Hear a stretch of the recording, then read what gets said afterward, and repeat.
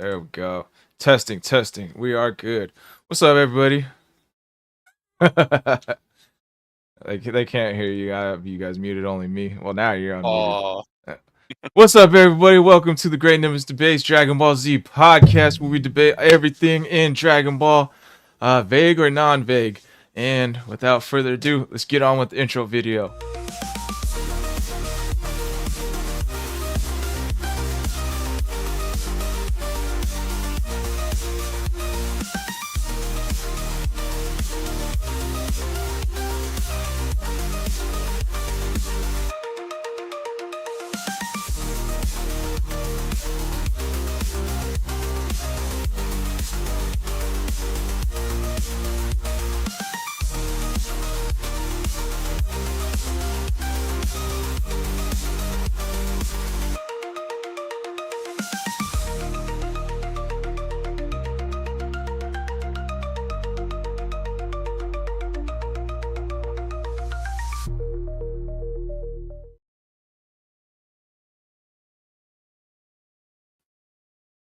I feel like we've done that one before.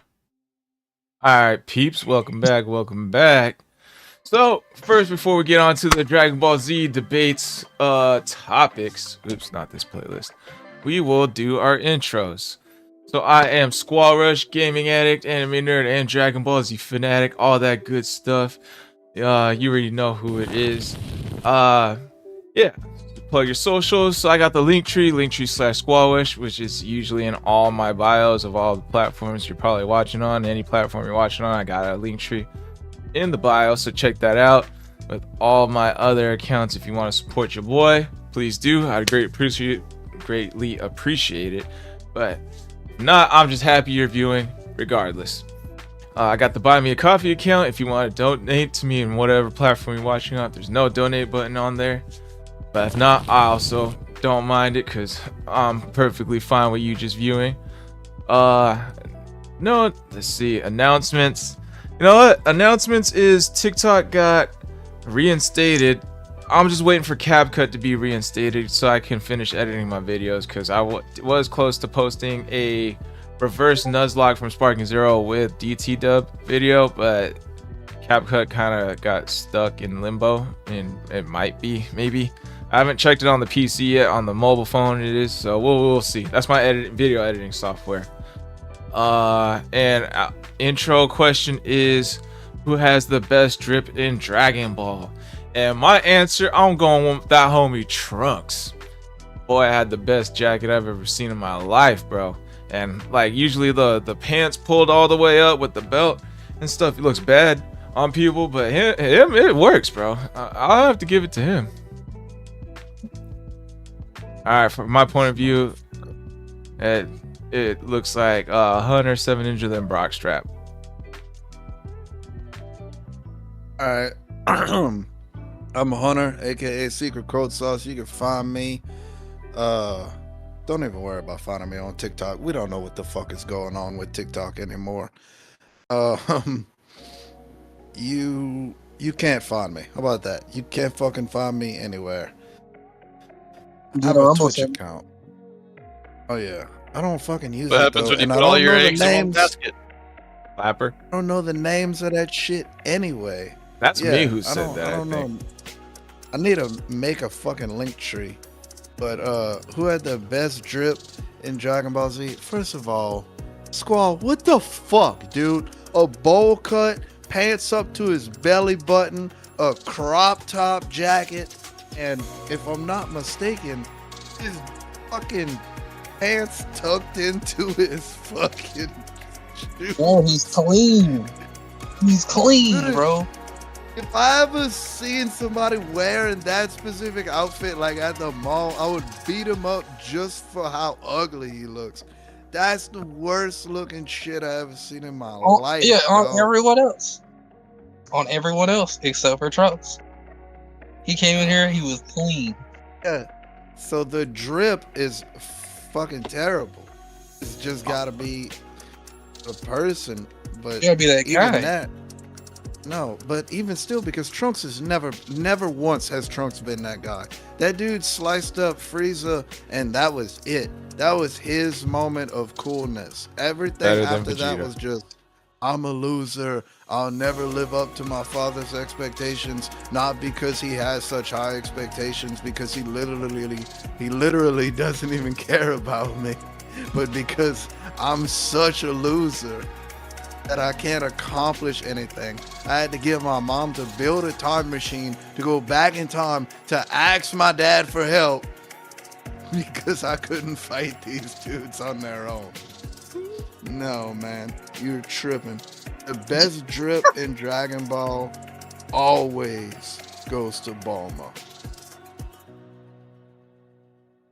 I mean, she can wear some stuff. Has the most outfits. She looks Did have good the in most her outfits. outfits. Give you that. But your reasoning I think for why Gohan was second. I'll give it to you. Bulma has some good drip, but your reasoning why Trunks' drip is bad doesn't make sense to me. And a special shout out to Chi-Chi's drip. She's always got the cool looking Chinese girl shit going on. Alrighty. It's 7 into 7. You can find me at Game Jump Yui and Rumble. I think we might be getting back to streaming. I do not know yet 100%, but I did a test today and it worked out pretty well. So I'm hoping so. Regardless, guys, yeah. Also, how do you know EPO? We're gonna be talking about that nerding out. We're pushing D&D down the line. We'll eventually get there. We will alert you guys when it's time. Unless Squall's got an event up, then he will let you know later on. Regardless of all that, who's got the best drip of all time on Dragon Ball? It's gotta be Monaka. No, I'm lying. I'm lying. Who even is that? From Dragon Ball Super. I'm lying, bro. I'm lying. Pink dude. I don't think you watched Dragon Ball Super. The great nipple guy from what they Oh my translated. god, I don't know who you're talking about. Bro. Nah, I'm lying. But it's gotta be. I'm gonna go with Hit. Since you took my guy Squall, I'm gonna go with Hit. It's clean. You could just say Trunks too, like 2-1 on I was going to Hunter's say little it. piece of No, shit. I was gonna say it. No. No, I was gonna say it, but you took it from me. So I was like, I can't say it now. So he's going with Trunks too. It's 2-1, bro. All right, Brock, He's who you not. got? He's going with the trench coat. You know, Yeah, that's that his second choice. We all know ninja loving that. fool is going for the trench coat. All right, guys, you know who it is. Brockstrap55, the gamer, anime nerd, Dragon Ball Z fanatic. Oh wait, no, sorry. I'm a guy who plays Pokemon on Rumble and YouTube, sometimes Twitch. So go ahead and find me there. I also run. I have a X account that I do sometimes, but I'm not really active on there. But yeah, you'll catch me on Thursdays with this guy, wherever direction it is on his computer, not mine. With SquallRush, we do Pokemon Soul Link, so that's a fun time. As far as drip goes, dude, I'm a sucker for the Kaioshin outfits. When Gohan goes with Kobito and Shin to the other world to get the Z sword out, I really love that outfit. Are you like Man. Gohan Kai? Yeah, like Gohan. the little whatever one he shoulder had, or pad. Zamasu or Stuff like Goasu that. or any of those. Yeah, any of those guys' outfits. All right. Well, that is everyone. What's up, 7 Ninja? The only outfit of Gohan's I liked was that black one he had. I think it was during the Videl arc. The Videl getting her head Oh, squished off. the under the leotard or whatever, the Yeah. underpiece for the Great Saiyaman outfit. Yeah. I like that whole that piece. Yeah, That no, other, that was The, yeah, that was pretty cool. just the bodysuit. yeah, the body. Well, that's what he was fighting Deborah in, right? Basically. Yeah. But yeah, that outfit looks great when you have a fucking body like Gohan's, but Right? when you look like any of us, Not this dad bod.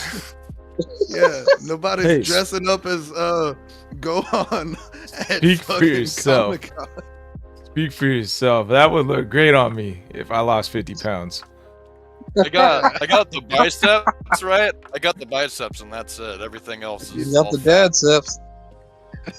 If got you the dad lost set. 50 Yeah, pounds, The dad steps. steps. You can hold one kid in one Lost- hand, your second kid in the other hand, do bicep curls with them. Come here, kids. Let's do some Or if you crunches wear or the- curls. if you wear the Kai outfit, they could sit on those big shoulder pads. Right. All right, everybody. Well, that's everyone in the panel. So make sure to shoot them some follows or subs, por favor. And we will start getting into the first segment.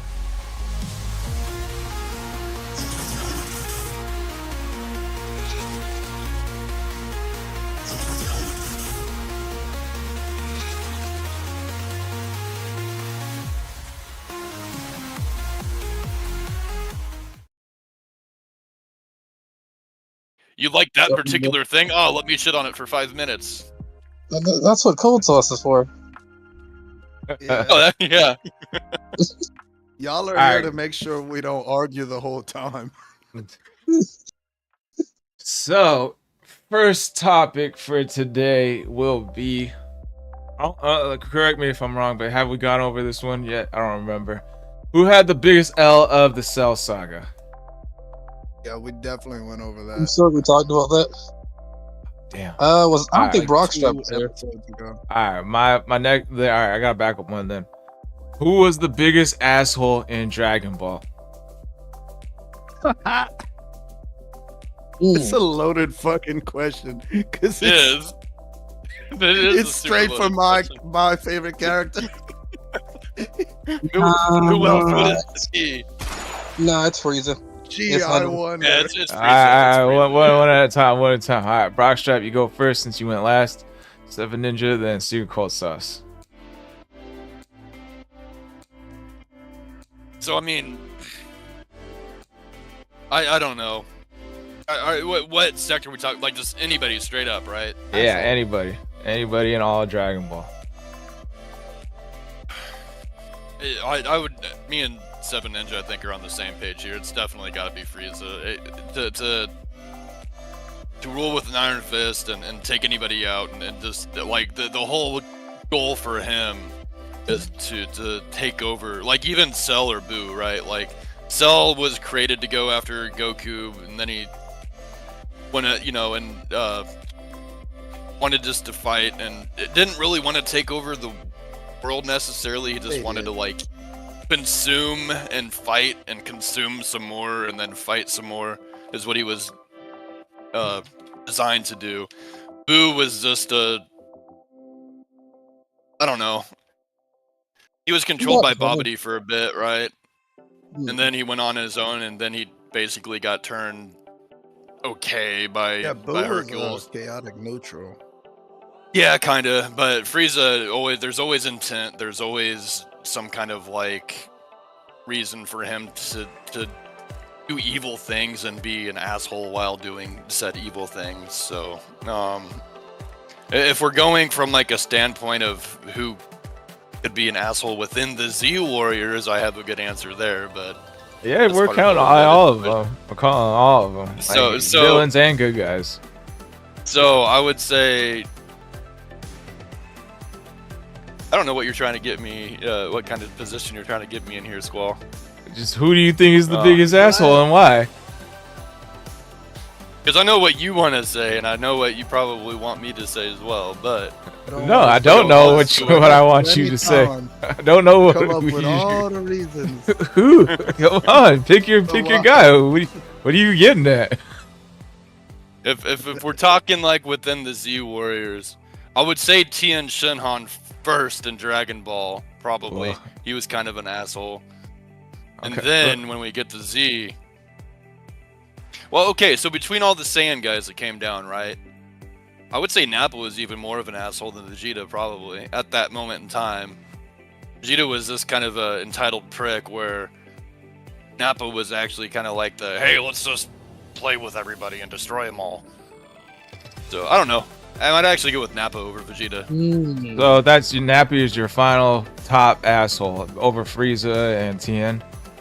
Oh no, Frieza's definitely the top. I'm just thinking like I'm trying to remember all the assholes. Like Piccolo was trying to get revenge for his dad, so he wasn't really like an asshole kind of. Ian was just kind of like he wanted to be the strongest right before the Budokai tournament. All right. But then he was like going off and actually like breaking people's bones and stuff. Kind of asshole-ish thing to do. Well, Frieza's number one though for sure. And then what's your argument for Frieza? What's my argument for Frieza? Oh, Yeah. like destroying towns of people on Namek just for the heck of it. Like he could have easily gotten what he wanted. I don't know if anybody would try to actually fight him. And then, I don't know, destroying planets, like period's kind of an asshole-ish thing to do. Like you take the throne from your father, and then you have subjects, right? Because if you think about it, Frieza's kind of like in a lord position to where he has subjects. And then, you just off the planet of probably your best fighting force for no reason other than a rumor. Like, okay, way to go, asshole. Alright. 7 Ninja. All right. So it starts with Broly, not Super Broly, the Broly, Oh yeah. to Frieza. Then it goes to Cooler, and then it goes to Turles. Okay, what's your reasoning behind Zebra only being your top? I mean, let's just say, Kakarot, do you like your son? I mean, like he destroyed. You're talking about destroying planets, like Frieza. There's some like listeners to it. Broly said, "I'm just gonna destroy this planet because I can." All right, he dog walked. I mean, he's the villain, but he dog walked every single one of them. Crust goes through his skull. Gonna kill them just that Dom would torture. He's just gonna torture, everyone in that fight. He could have just killed him, said, "Nah, I'm gonna play with him," like Nappa did, but 10 times worse. Okay, let's just start there. I mean, Yep, Frieza was diabolical, meticulous tyrant.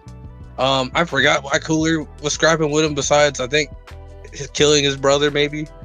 But he's still up there in that attitude that Frieza had. You could argue they're literally like he's just a greater or a more focused version of it.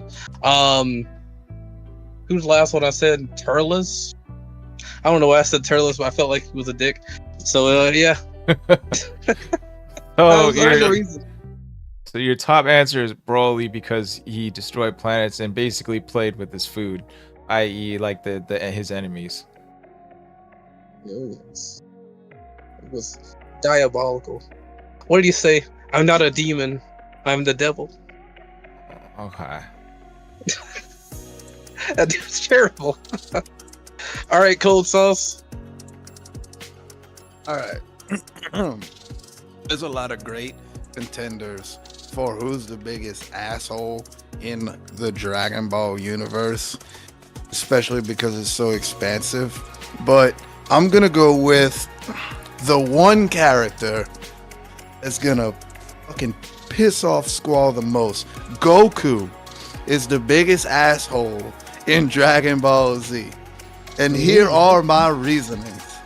Number one, after fighting Frieza, they summoned the fucking Shenron and asked him to come back, and Goku was like, "Nah, Shenron, you ain't bringing me back to those motherfuckers who have done everything for me and who love me greatly. I'm not going to hang out with them." Secondly, refusing to raise his kids. We did a whole episode on this topic, so I'm not going to get into it. Throwing his son at Cell. Like, what the fuck? He's like, I can't beat this guy. Let me get my 11-year-old son to fight him. And let's put a cherry on that fucking cake right quick. Giving Cell a senzu bean to make sure Cell kills his 11-year-old son. Honorable mentions, watching everyone fight Beerus without ever letting anybody know he's there until it's like the fucking moment after it's too late. bringing an exploding nuke of Cell to King Kai's planet of all the fucking places he could have went to Mars. There's a lot of places he could have went to, but he chose King Kai's planet specifically. And like just some sprinkles on this big Goku's an asshole birthday cake. The position that he left Raccoon in after he beat him.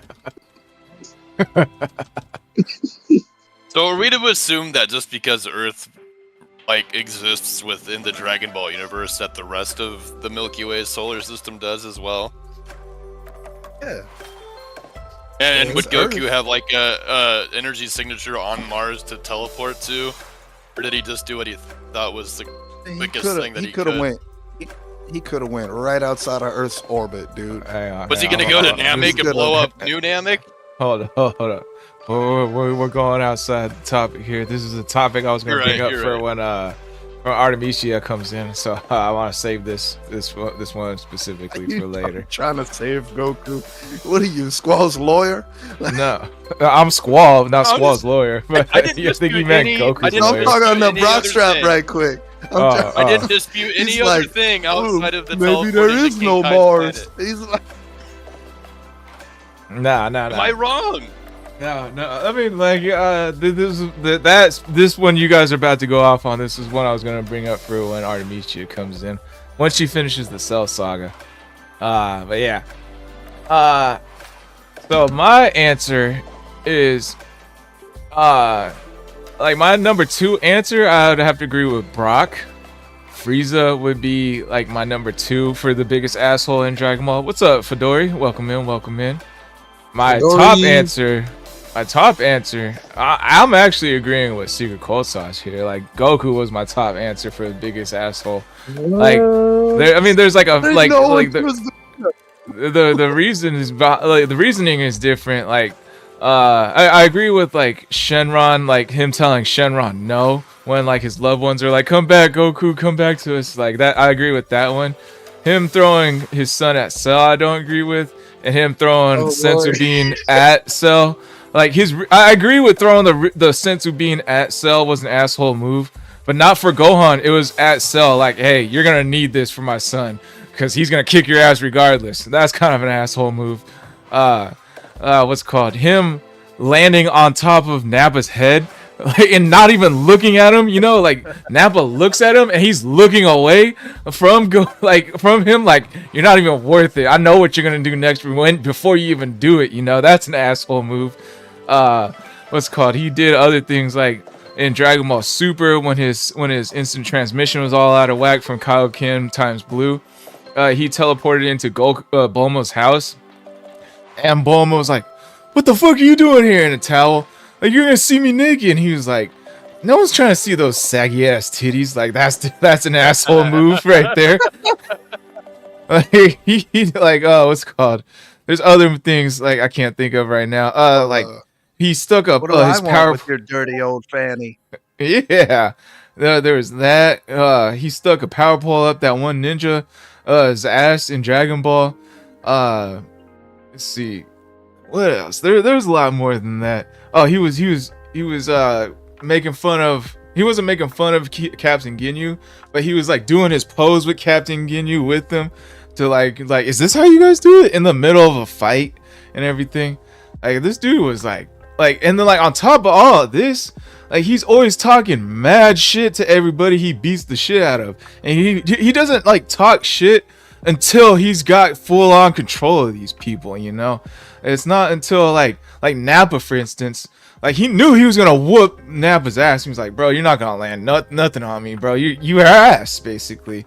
Frieza, he disrespected the shit out of Frieza. Like after he got sliced up with his own little destructo disc type of thing, like he like powered down to Super Saiyan. I was like, yeah, you're not even worth finishing off, bro. Like, go home, go live your life, bro. Like that was disrespectful as fuck to Frieza, bro. He was pissed off beyond like words. He couldn't do nothing but just like once he was revived, just attack back and then die, you know. So like that's my argument for why Goku's the biggest asshole. Let's see. Like, we can go around in a circle. We'll go around Secret Cold Sauce. You went last first, so we'll go over Brock's option first. Frieza. Why or why not do you think Frieza is or is not better than your choice, Goku?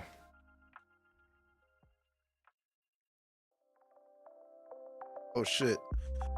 Now Frieza is the biggest asshole. I just wanted to choose Goku, but I mean, he's constantly killing his own men. He's never once ever showed respect to anyone ever. He's the most fucking audacious, biggest fucking asshole there is. He's a racist. He does not call fucking any Saiyan anything but the racial slur that's for the Saiyans. I mean, God, it's so fucking much. It's like overwhelming me trying to come up with more right now. Oh, about this motherfucker got brought back to life after being in hell, in his particular hell. There is a hell that he could have been in. This dude's such a fucking asshole that the fucking gods of DBZ was like, no, we're gonna make a special hell for Frieza. And then he finally gets a chance back in life, and they're like, so we're gonna put you in this tournament that all the gods are gonna be there, and the reward is these badass Dragon Balls to let you grant any wish. Frieza didn't fucking think twice. His very first thought was, I can use this to fuck over the gods. Like, dude. Was that before or after punching Goku in the gut immediately? I don't know, but I think that was after. I think he's talking about tournament power. I mean, to be fair, I mean, his only understanding of what a god is Beerus. I mean, I'm just saying, Beerus is not the best god of destruction. he is. He's the strongest one. He doesn't do the best job, but he's the strongest. So I guess it depends What I'm on saying your is, definition here. he's a diabolical. Right. Like he's too petty. He's too easy to anger. It's not even like I wouldn't even, like Zamasu gave me more of a kind of a serious kind of god-like state. Maybe even Gawasu, they're graders, I guess, if you want to go that route. But like to me, Beerus never really felt serious about his job unless specific topics came up, like time travel. So like when you think about who the gods are that he knows, the only one he knows is Beerus. I mean, let's be real here. If I could topple the gods and Beerus isn't that serious, I have a chance. I might be able to do it. It's not like Goku and them that know a lot more. Alright, so Secret Cold Sauce, if I'm getting this right, you're actually changing your answer from Goku to Frieza. Look, I'm actually coin flipping between Frieza and Vegeta, because Vegeta is like that big of an asshole. He's up there with Frieza. Like, the biggest example I can give right now is when he killed Nappa. Nappa got beat up by Goku, and then he was like, you know what, you're useless because you lost to this dude who's better than you. And then and Nappa raised him. Nappa raised Vegeta since he was 8. Vegeta killed his own dad. Vegeta killed his adoptive dad because he got his ass kicked by someone who obviously has a higher power level than him. Like, that shit's fucking wild, dog. All right. Then he comes in. Hold on, because then he comes in and he takes Yamcha's girlfriend.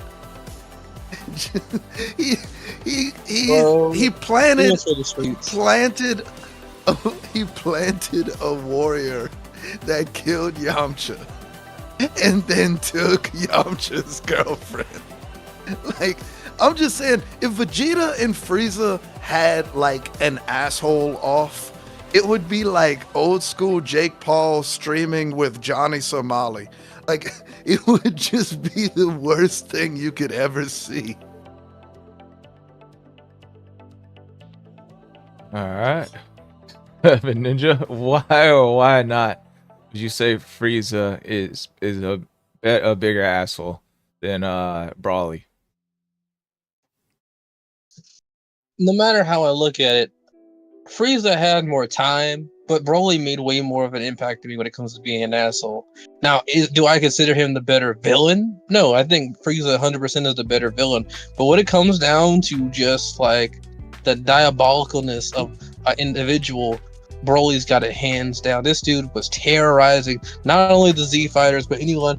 Legitimately, I think the only reason like he wasn't any more worse is because his dad had that collar on him and kept him suppressed long enough. But had that thing come off, bro, it's over. Okay, that dude was a straight menace. This dude became a demon off of Goku crying, bro. Think about that. He became a demon off of Goku crying, not Goku doing something terrible to his family. Whining, okay? that dude's outrageous in comparison to Frieza. Dude killed his own dad. He blew up South Galaxy. He blew up a whole galaxy. How much of an asshole you gotta be to blow up a whole galaxy? Pretty sure Yamcha and Bulma were like done by the point that Vegeta came along. So, Like I mean, the whole thing is that boys. she was mad that he was still out kind of playing the field. Like he didn't actually ever pull the trigger and actually cheat or nothing, but like I think she wanted to settle. It's not cheating when he's dead.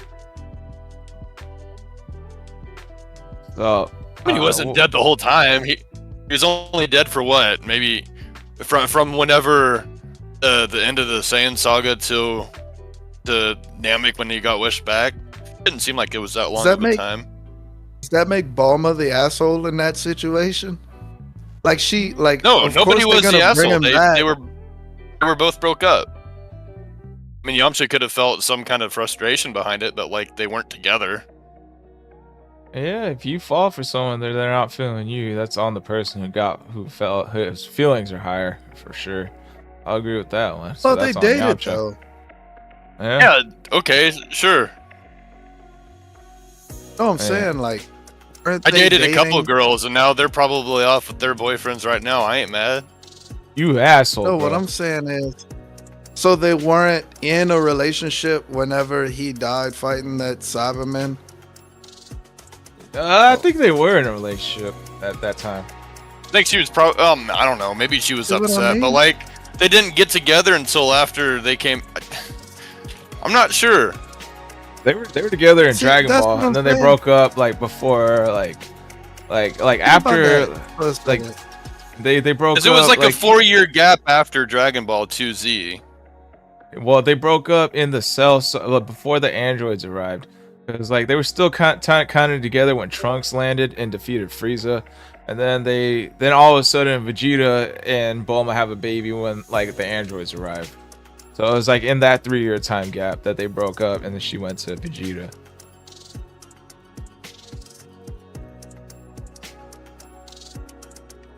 Is that from that new? So basically, they were dating. Yamcha died, and not a whole day later, Bulma was like, "All right, Vegeta, you're mine now." I wouldn't say a whole day later, but yeah, Vegeta definitely did take Bulma from Yamcha. Sure. Was that strictly on Bulma though, or did Yamcha have some reason to push her away? It's not like she just. No, it Oh was hey, I strictly want on Vegeta Bulma. now. It was. Vegeta didn't even like Bulma for like years. He was just living with her. Yeah, and then also I think it's a little bit on both, because like Yamcha was cheating on Bulma, so I know that. It's true. Well, it said that he didn't specifically. It's not stated that he actually cheated or anything like that, but it's pretty much said that he was a bit of a playboy. So like, I know Bulma was always No, I thought complaining she about called him Yamcha cheating. cheating.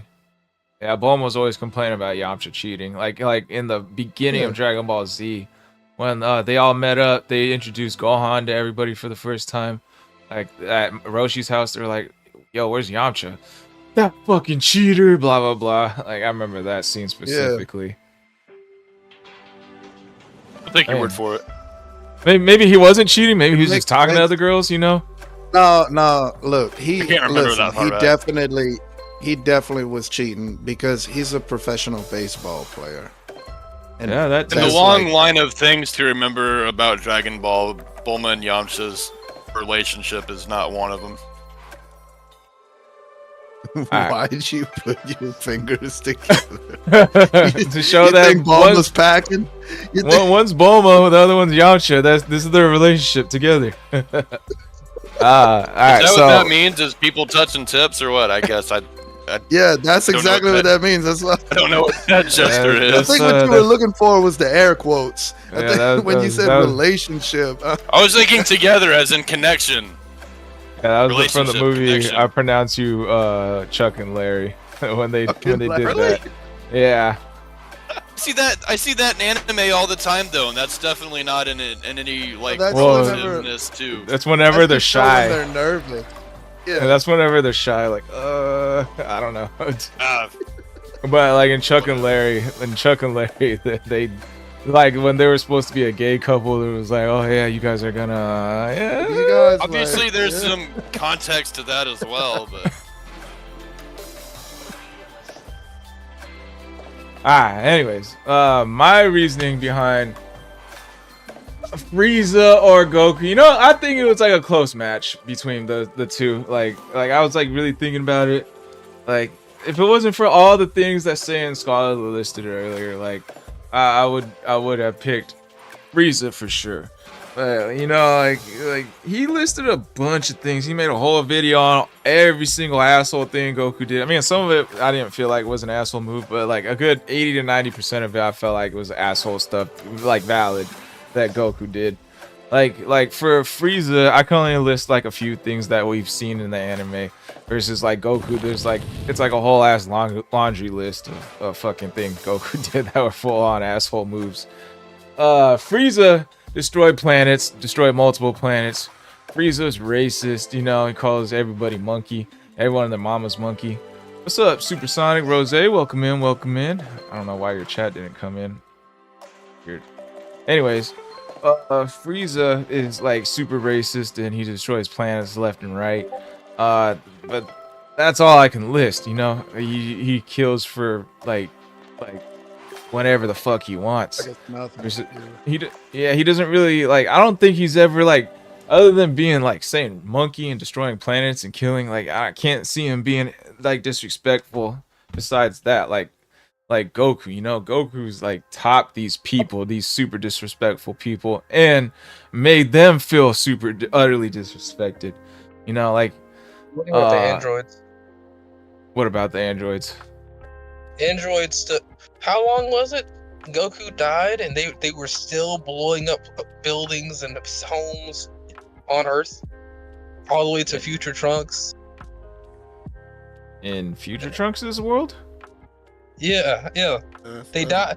Legitimately, Goku dies. The Saiyans die. Oh, I see what you're saying. I completely forgot about that. They were destroying buildings and homes for no reason for like years. For fun. You think they would have destroyed everywhere?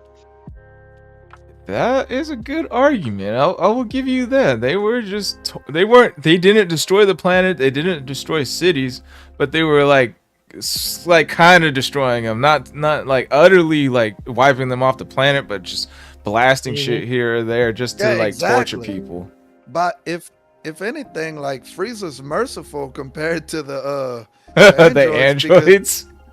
They were leaving motherfuckers alive so they could suffer. Frieza got rid of everything. Yeah, that's a great argument. I will give you that. That's a good one, actually. Androids, they were the biggest assholes. They had Trunks fucking sweating, dude, for years, bro. He has full on hatred for the androids for a lifetime, bro. You know. Like, I'm pretty sure even though they're gone, he still has nightmares about the androids. And I mean, look, you can try to make an argument like for Dr. Giro, like this dude created all of this fucking stuff just to kill Goku, just for the revenge on Goku. But at the same time, How much of an asshole do you have to be to somebody to drive them to create all these machines just to kill you? Well, you can make the argument that he's just pissed off at Goku, and because like I know he didn't want to release Android 17 and 18 because he couldn't control them, and they just wanted to just dick around and have fun and shit. So But like their fun is making people suffer, obviously, like Ninja just said. I think they're the biggest assholes. yes. So like the androids are, but Dr. Gero, I would say no. It's like I know, like let's see, Dr. Gero, like for instance, Android 16 is his actual son. He modeled the Android 16 after his son, and the Dragon Ball superhero movie confirmed it. But the thing was, he made Android 16 peace loving because he didn't want to see his son die again. So there's some redeeming qualities in Dr. Gero versus like the Android 17 and 18 in Future Trunks' timeline. I don't see any redeeming qualities for that amount of torture they put that timeline through.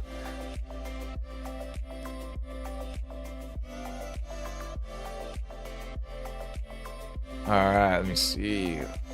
Agreed. Alright. So, Seven Ninja, are you changing your answer from Broly to the androids? You know what? You know what? I am doing that. Because you know what? Now that I think about it, Broly would at least destroy the planet. They were doing that for years, man. Like, straight, don't even know how many years, bro. Trunks got old enough to be a Z fighter. Like, he got tall enough and old enough to be a Z fighter, and they were still going. You know what? I'm gonna change my answer too. Alright, what's your reasoning why the androids are better than Goku, Frieza, or Vegeta in your eyes? Secret Cold Sauce. Oh no, I'm not picking the androids. I'm picking Zamasu. Every time this motherfucker opened his mouth, he was being an asshole. And then went and stole somebody's body. Stole that dude's body. like Zamasu. I didn't watch the saga, but I've seen enough clips to know that this dude's a bigger asshole than Vegeta ever was. Stole Goku's body and then killed Chi-Chi and Goten with it. Dude, that's fucking crazy. Alright, so you're saying Zamasu is more of an asshole than the Android 17 and 18 at Future Trunks timeline? It's up there. Alright, Brock, what's your reasoning? Do you like why or why not is Frieza more or less of an asshole than the Android 17 and 18 from Future Trunks timeline? I feel like in a game of cat and mouse, Frieza always tries to be the cat, like just playing and trying to be as meticulous as he can with the mouse. I'm not gonna disagree with what Hunter said about Zamasu, because on that front it felt like a disappointed dad who just anything that his son or all mortals ever did wasn't good enough for Zamasu. So he just wanted to eradicate everyone. Yeah, kind of assholeish, but I feel like his would be all dispassionate and unmotivated, to where Frieza was like just always had some personal gain, whether it was just amusement for the moment or actual like wanting to just cause harm. So I'm still gonna say Frieza probably more of an asshole than Zamasu, but man, it's close. I don't know. And then what about the androids? No, No, they were just going Wasn't after here. like they were going after Oh, some he- towns and stuff and whatever. They tortured people for years on end, I guess, but I'm not gonna say Frieza didn't also do that and then some. So you know. You know, when it comes to androids or Goku, you know, damn, bro, Android 17 and 18, that's a hard one to beat. I definitely think Goku is a bigger asshole than like Zamasu and Frieza. But, damn, 17 and 18, cause like with like Goku, he just humiliates people for no fucking reason. You know, like, oh, I'm better than you. And I'm gonna let you know I'm better than you. Like the androids, like they when like they're torturing these cities, they don't kill people just to keep them in fear that they're gonna die for years on end. Like there's probably like people out there stressed out of their mind that are depressed and shit. Like, fuck, bro, this is the day I'm gonna die. It's the day I'm gonna die because of these fucking androids. You know, like Frieza finally just let them get peace. Yeah. These androids are fucking with them, you know. He took away their homes and he's making them live in fear for the rest of their lives, or them, I should say. Like Frieza, like, you know, like, rest in peace. So he ends them and now they're forever in peace, you know, like Steve Cold says, Frieza was merciful compared to the 17 and 18.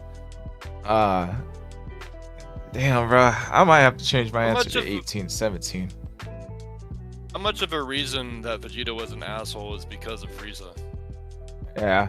I mean, like, not much. He was an asshole before he became one of Frieza's like he men. he was like an arrogant royal guy, but like, was he like, how much more of an asshole is he directly because of how, like, whatever Frieza put him through?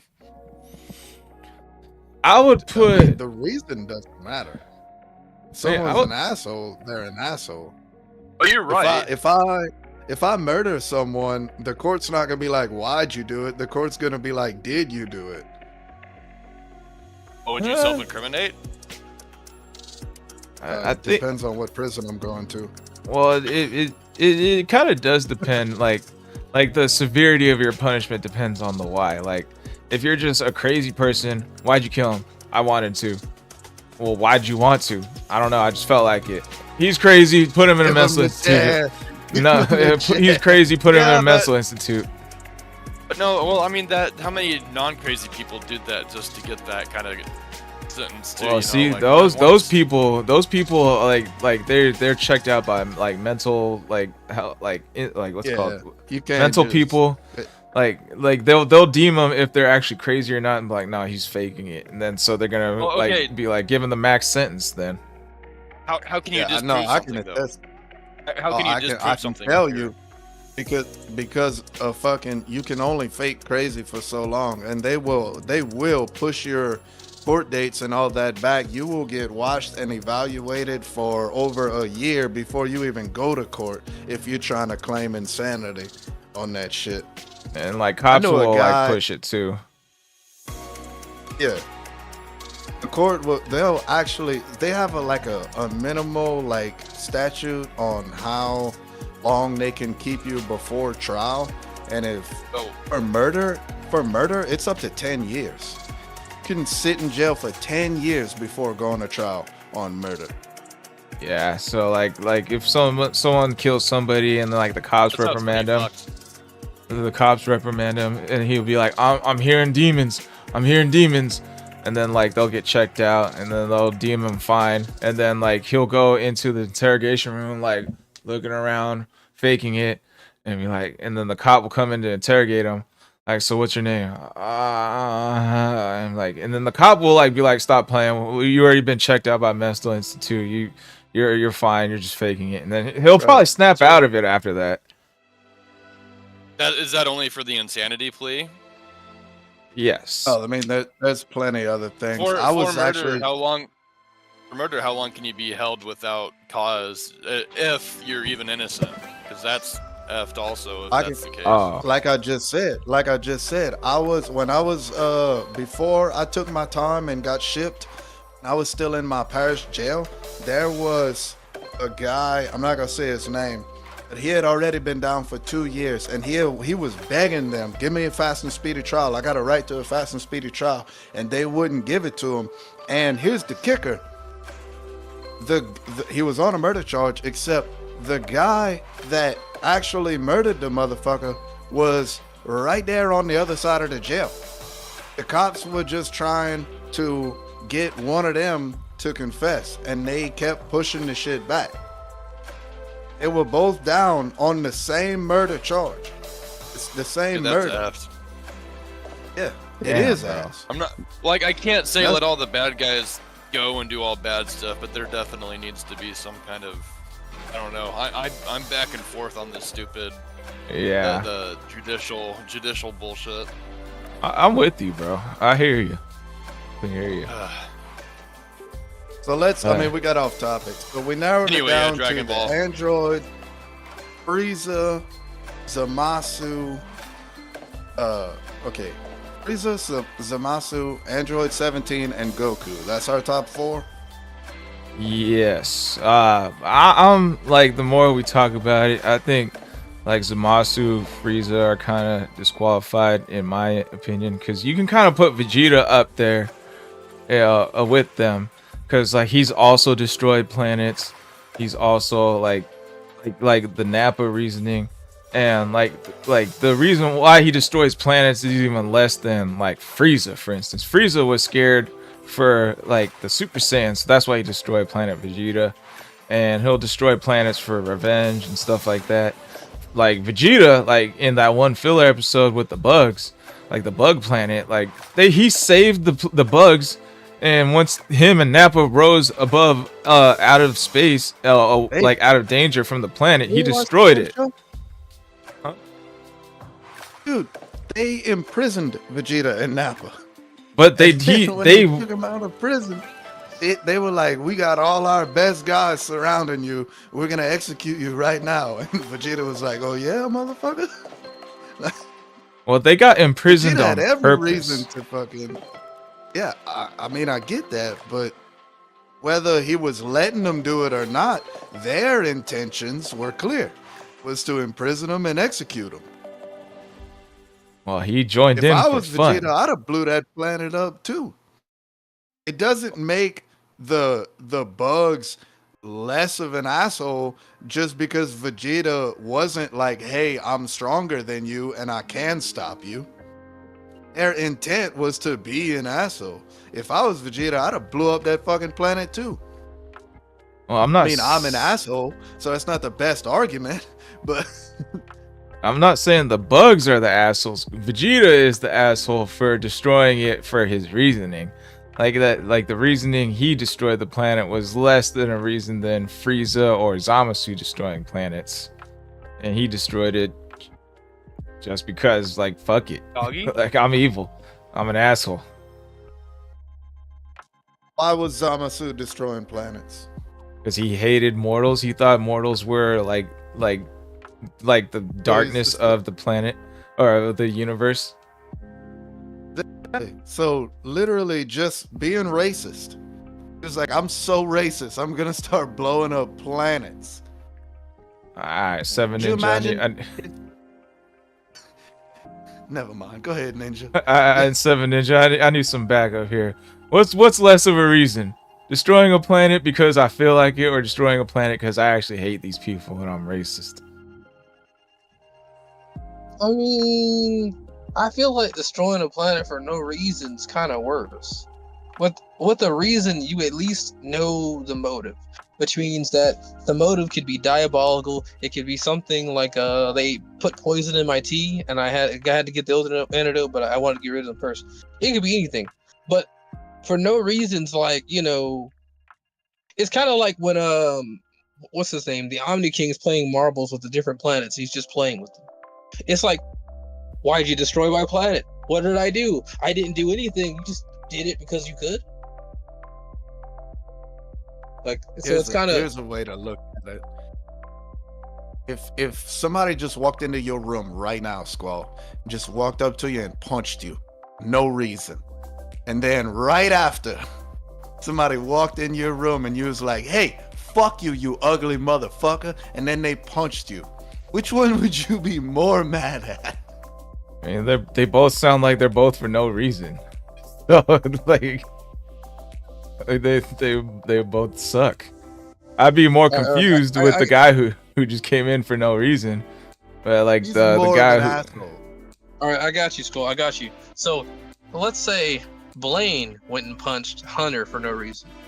versus No reason at all. Oak King, which would punch Secret Cold Sauce. Oh, name drop. Oh. Versus who? Versus who?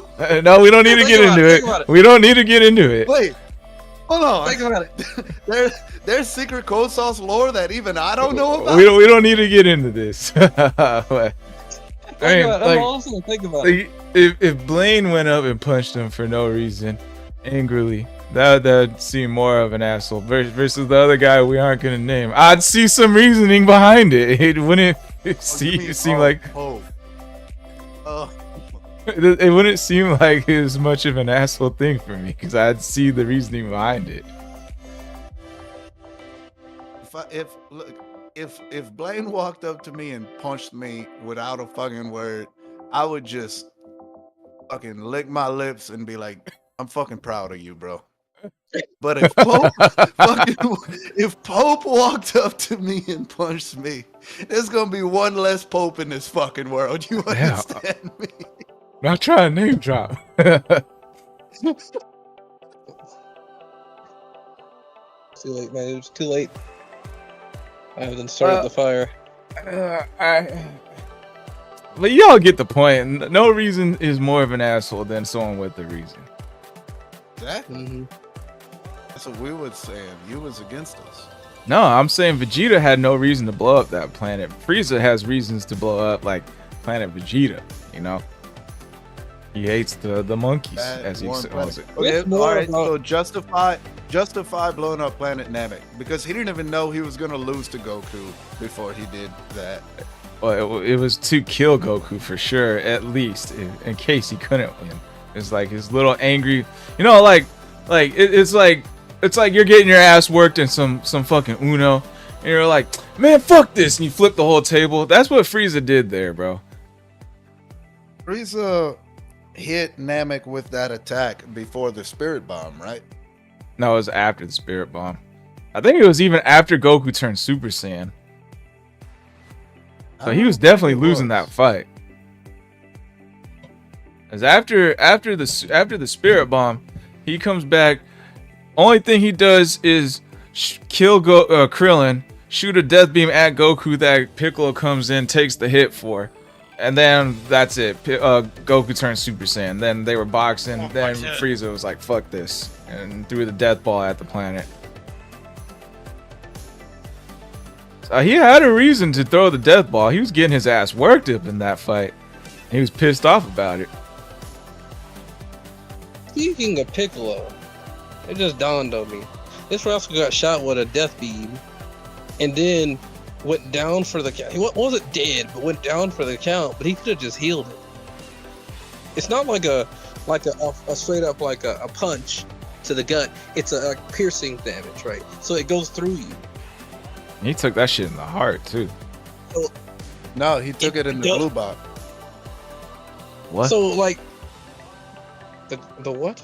The glue lock? The what? The glue box.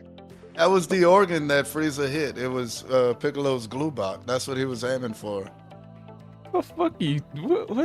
What the fuck is this? The glue box? Rockstrap, back me up. You know what the fuck I'm talking about. He fucking Frieza hit Piccolo with the death beam, and he was like, I'm fucking going for your glue box or whatever. And Piccolo was like, that's not my glue box, and he was like, I'll hit it eventually. And he fucking like lights him up with like 20 of them bitches. And Piccolo was like, you're not familiar with our people's anatomy. That has to be some Team 4-star shit you're talking about. It is. Oh, okay, I was gonna say, bro. It's been a hot minute, dude. All right, Seven Ninja, you were on something. Go ahead. My point was simply like, you know, when I think about like, it seems like a key blast needs to take him out, but whenever I see Piccolo drop from a piercing attack, I'm like, how'd that knock you down like that? Like, there's no way. Like, you should be fine. It's like if his arm got chopped off, he could just bring his arm back. So, yeah, I think it's Piccolo weird was. if it goes down, but More writing? I don't know. yeah. I feel like Piccolo was at pretty low percentage, like 1% battery iPhones or something. Him himself. Toriyama's great, but Open to criticism. Yeah, I don't know. I like the only thing like that evens Vegeta and Frieza out for me is the fact that Frieza's racist versus Vegeta. Like Vegeta's reasoning for destroying planets is less than Frieza, which makes him more of an asshole. But what evens them out is Frieza's racist to me. Like I'd still pick Goku over them because like Goku outclasses them and makes them feel humiliated afterwards. You know, like after like the hyperbolic time chamber, like Goku's talking about how like they shouldn't train for too long, and then Vegeta's over here like, you sound like you're better than me now, and then like Goku's over here like, yeah, we all know who's better, Vegeta. And he's like, what? Like he's straight up disrespectful to these people, you know. If you can put your if you can put yourself in like the perspective of one of Goku's friends, you start to realize how fucking frustrating it is to be friends with this dude. That's what makes Goku an asshole. Krillin sees all of it, though. That's the worst part. Krillin sees all of it, and it's just it's the only. That's why I didn't bring up Krillin for this debate, because there's one asshole moment that Krillin had for damn sure, and it's not the 18 situation. It's when he was watching Goku sleep, and he was like, "Let me throw a rock at this motherfucker." Imagine being Goku just waking up, dude. What the fuck, man? You just throw a rock at me? I'm trying to take a nap. I would still say that's actually not that much of an asshole move, because like you hear his inner monologue like, oh man, Goku's so strong, like he's probably gonna sense this rock coming before it even hits him, watch. And then boom, like he thought he had full on faith in his friend that he would stop that rock before it hit him, and it just backfired, bro. Seven Ninja, Wait, I think you were saying Krillin something. might be the biggest asshole. I mean, what I was thinking about was just like I was thinking about like the idea, like, you know, Krillin sees it all. He's got to be just playing his cards right. Because truth be told, listen, if I was Krillin and I seen this dude give people senzu beans and not killing the evil bad guy at the very end, I mean, legitimately, I don't know how I'd feel about that dude, because I'd be like, bro, these guys are trying to kill us. Kill it. You know, you saw what Tien and Yamcha did, huh? They fucking backed off. Yamcha was like, fuck fighting. I'm gonna go be a baseball player. Tien was like, I'm opening a dojo. You guys are good on your own. All right, for the last one, Zamasu, Seven Ninja. Why or why not would you pick? Is your pick more or less of an asshole than Zamasu? The thing about Zamasu is that we have to kind of think about it on the idea of why did he do it, and it's like it's the idea that they had the ability to do time travel. And I mean, if you're raised in an area, it's not like with Frieza's situation where he's just straight up being racist. When you're raised in an area where you're like, you know the rules, you know you have to follow them, and then you just see mortals just trouncing around on the rules. Like, I don't care who you are, when you see someone get special privilege, now maybe you argue that, you know, the gods didn't really see it happen, but when you see someone get special privilege and you know that it would be reprehensible if you did it, like, it kind of just irritates you to a great degree. And so Zamasu, on a deity level, seeing someone reach not only the level of the gods and like a god key, but also or even tapping into god key, but even going as far as time travel and stuff like that, I somewhat get it. Now, is he more is he worse than Frieza? I don't think so. I mean, he wanted to do the mortal plan, zero mortal plan, because of Goku and them, but like, I don't know, wasn't they bringing humans back? I guess was his plan? Was he planning on bringing mortals back at some point? Was it just because if he would have killed all the mortals, they would have had to bring him back in some shape or form. It couldn't have been any other way. 'Cause I 100% could see Omni King killing him. 100%. But going back, I mean, though I still don't think he beats Frieza. Zamasu's more of a god trying to establish some order, even if it's corrupted, still order. Frieza is just a tyrant that does what he wants. And this time it's destroying a planet. Now, maybe we argue the idea that Frieza did it because Beerus wanted him to. I mean, Beerus was a pretty terrible figure at the time. But at the end of the day, before we even knew about it in Z, the whole reason he did that was because he was worried about the Saiyans toppling him, so grabbing more power against him. So I think that would probably be worse.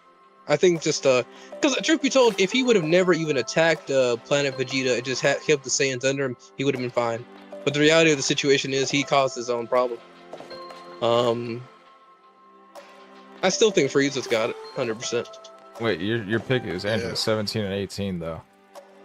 Well, I'm talking about 17. over those two. Over those two, it's Frieza. But when it comes to 17 and 18, 17 and 18 are just they're just terrorizing a planet.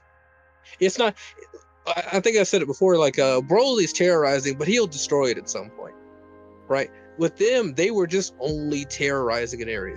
And truth be told, if they could have got off the planet, they would have been terrorizing other areas. It would not surprise me. I mean, shoot, we don't even know how long they were terrorizing that planet, but it was long enough for Kid Trunk, Baby Trunks, to become a teenager. Yeah. It was long enough. They had enough buildings. They had enough people still alive to terrorize for that long, and they were still enjoying it. So they got rid of country music. So that's a redeeming quality then. No. 100%. Dang. Two against one. Cold sauce. What you gonna do about that, man? Man, look, me personally, I can't even argue against it because I can't. Like, there's not the country music genre is known for making people depressed. Oh, that's not what I know. If you asked me, if you asked me to make you a playlist of songs that will make you cry, every fucking one of them is gonna be a country song. I don't know. The country songs that my friends show me is like "I fucked my cousin" or some shit like that. That's, some weirdo shit. That's your friends trying to make fun of country culture. I mean, it's a real, like it or not, bro. We got really good genes in our family. That's why we try to keep them in the family. I live in Iowa, which is all country towns except maybe 5 cities, right? So, like, the majority of the people I know love country music. I am not one of them. When I worked at a place on a dock with the radio that spanned the whole entire dock, I cannot tell you how many hours and it wasn't up to me what radio station it was on, right? It was whoever was in charge. Cannot tell you how many hours I listened to songs about a dirt road. A dirt road. Hang on, bro. Did you not hear the amount of bullshit that came out of Hunter's mouth just a second ago? That was not bullshit. I know it's hard for your city boy mentality to understand, but we really are like that down here. I mean, like, I remember when I was in middle school, when me and my friends started like dating girls and shit, our parents would tell us, don't date no girls from Pierre Park, because you related. There's no like, it might be like 2 or 3 generations down, but you related. If you're from Pierre Park and she's from Pierre Park, y'all are cousins. Don't date. So keep it in the family then? A lot of people do. Oh, Lord, bro. Alright. I mean, we were talking to my bad. What were you saying, Brock? I didn't mean to cut you off there. Country girls got big butts. No, I'm just saying, like, country music, Like if you just have a catchy tune and you're singing about a dirt road and billions of people love it, then I don't understand why. But going out in the field drinking beer in the back of your freaking pickup bed, watching fireworks and lightning bugs, and okay, yeah, cool. I guess the song's somewhat relatable because I've experienced that. Sure. Listen, bro. The reason World. country music has so much of the same shit talked about is because there's nothing else going on around here. It's just a big boring fucking area. No. The only way that we can get happy is like doing drugs and shit. It's just Listen, bro. The whole world could like Centenario tequila. That doesn't make it good, bro. what's that? What's Centenario tequila? What is that? The stuff I'm drinking. Oh, okay. Drinking Well, now? Squall's about to get a little notification on Twitch. Oh shit. Alright, I'm gonna cut the Twitch stream real quick. Anyways. Alright, I think we Alright, after everything we've discussed so far, what's your guys' final thoughts? Who's your final answer on like who's the biggest asshole? And then we can move on to Dragon Ball Daima. Alright, Brockstrap, go first. I'm gonna go with my original plan, man. Frieza, for sure. Grade A, arrogant, more arrogant than Vegeta. Destroyed more planets than Vegeta or Zamasu, or maybe even Beerus, who knows? Just tyrannical Napoleon Bonaparte complex. Freaking just everybody's giving him any reason that he wants to find to like take them out. I'm trying to think of anybody that's actually ever caught his respect outside of maybe the Ginyu Force. Never. Yeah, like he's just the best of everybody, always, of all time, for no reason other than I'm just the best, and I'm gonna like speaking of Goku thinking he's the best, and I'm gonna show you I'm the best. It's Frieza's like nobody's better than me ever. Period. Even like with the gods and stuff, right? Like Beerus, like, oh, I'll find a way. You know, like it's Frieza. All right, 7 is your final answer. 17 and 18, and ask see what chat's talking about. If they say anything about this, but 17 and 18, I'm just saying, I'm gonna terrorize a planet until a kid, a baby, an infant becomes a whole teenager. That's a lot of time. Not even until. It's not like they were gonna stop. I'll DM you guys the combined chat I have. Just don't type in it because like it's gonna send a message to every single platform I'm on. All right. Let me see. I mean, look. I kind of want to say Android 17. I can't say both of them. I can't talk bad about Mommy, but they did redeem themselves after the tournament. Like even 17 redeemed himself. You know, he brought everybody back. You know, he was living on Earth peacefully as a park ranger. Those super androids, you know, they redeemed themselves. But Frieza did all that shit, got his life back, just out of sheer generosity. He just gave him his life back. They were like, you know, we're gonna be nice to you, even though you've literally only ever been an asshole. And then he gets his life back, and Frieza was like, you know, I'm still gonna keep being an asshole, right? So I gotta go with Frieza.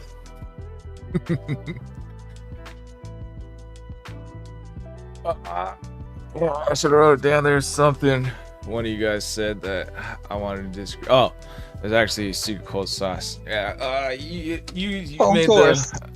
made the argument that 17 and 18 redeemed themselves. I agree with that, but that was a different timeline. In Trunks' in Future Trunks' timeline, they were the biggest assholes. They didn't redeem themselves Right. until they died. That's the only redeeming quality is that Trunks killed them. So I'm actually changing my answer from Goku to Android 17 and 18. I'm gonna have to give it to 7 Ninja From for the bringing future that one up. timeline. Yes, from the future timeline. 17. Oh yeah, that was like both timelines 17s combined. Like GT. Yes. That is my answer. Alrighty, peeps. Now we will get on with segment 2, Dragon Ball Diamond discussion.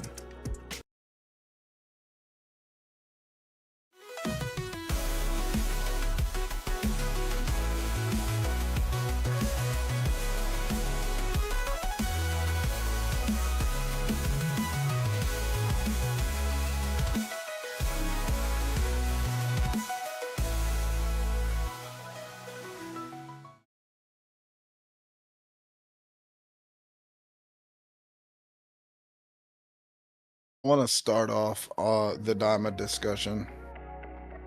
Go for it. We're back. Video's done, so go for it. What you got for us?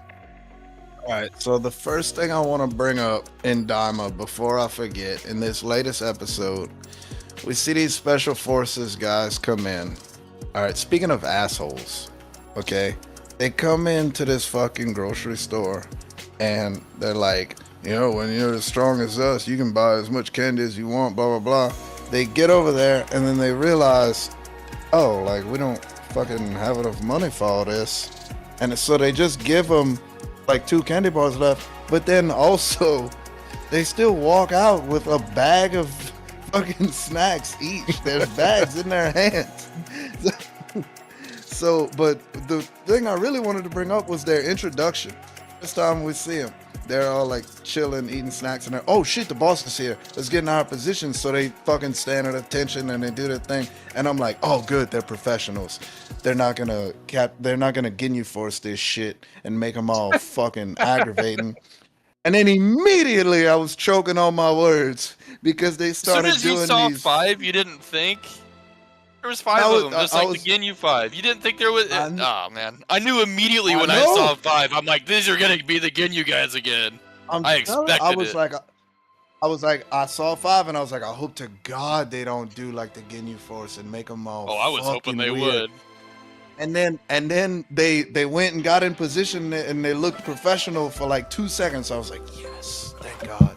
And then they just start hitting the fucking poses, and I'm like, son of a bitch, man. And then the icing on the cake, number 4, his pose was a V. Bro, you're a V, okay? You have to be number 5. That's the number 5 Roman numeral is a V. So yeah, that aggravated me. You know, I didn't know it was gonna be the Ginyu Force until like they started doing like the little poses, and then the flashing lights gave them each their own little color. I was like, oh god damn it, bro. Yeah, it was like one was red, one was green, one was purple, one was blue, and I forget what the 5th color was. It's like, no, bro, not again, bro. Not recycling old ideas, bro. This feels exactly like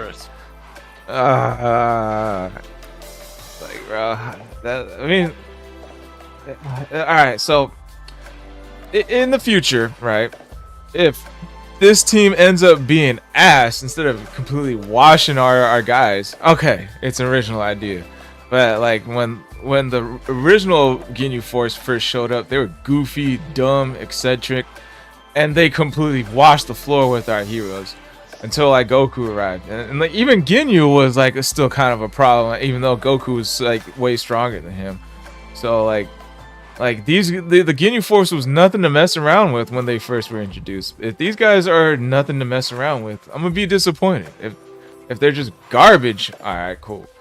Like some different. I hope so. Let me just go ahead and kill your hopes. Okay, they have dominated everything they've ever fought. This whole Daima episode and Daima in general, they're gonna dominate them. Just suck it up. Just definitely gonna dominate. They were scared because they beat the Tamagami. Like Of course they're He gonna get said I their peed asses kicked. myself. He said I peed myself at the mention of that. Yeah. Squall, I want you to just pick it up, suck it up, and just enjoy the dive of dude. going this. I like the fact that the Majin Doos and Kus can beat a Tamagami, and our main characters can defeat a Tamagami, and no one else did. That immediately puts them few above all other people in the Daima world, in my eyes, except for that random ass Kraken. It's just meat Speaking of shields Krakens, for Goma. speaking of Krakens, what did you say, Brock? I cut you off. Oh, I was just saying they're just gonna be meat shields for King what's his name, Goma? That's all they're gonna be. Mm. But speaking of Krakens, Magetta, Magenta? the planet, Magetta. Oh, Magetta The was planet. a robot in Super. No, the planet that they went to with the kid and the The dog. big ass, the giant, the Megath or something like that, right? Megath? Oh yeah. Magetta. Magetta. Bro, That shit was so stupid. I hated watching that. What? Why? There was so much stuff going on in that fight that I was like so many times I'm like, Goku, you can fly, and like just stupid little things like that. Like I don't know, like when he got stuck in the fur of the creature. Like just go up. Just he was like, oh, I can't find the exit. Fucking Kamehameha through his shirt. Like fucking ugh. so when does Goku just ever do the smart idea? Come on now. Come on now, Twistons. Come on now. Yeah, You know it. you the biggest Goku hater. You should know this. It was. I'm not just talking about Goku. Like they fucking. For one, Goku and Vegeta staying in base form during that fight. Like Vegeta, we just saw you go Super Saiyan 3, bro. Like I don't know why y'all looking at this giant and you're like, oh my god, we're so scared. Like, bro, you're more powerful. Like we know you are. I got an answer for you. I got 100% answer for you. And it's always, you know how they always want to test their enemy before they really go full power? They were probably testing them out, and it was like, you know what? We don't need all that power for them. But Goku had to go Super Saiyan to block the hand.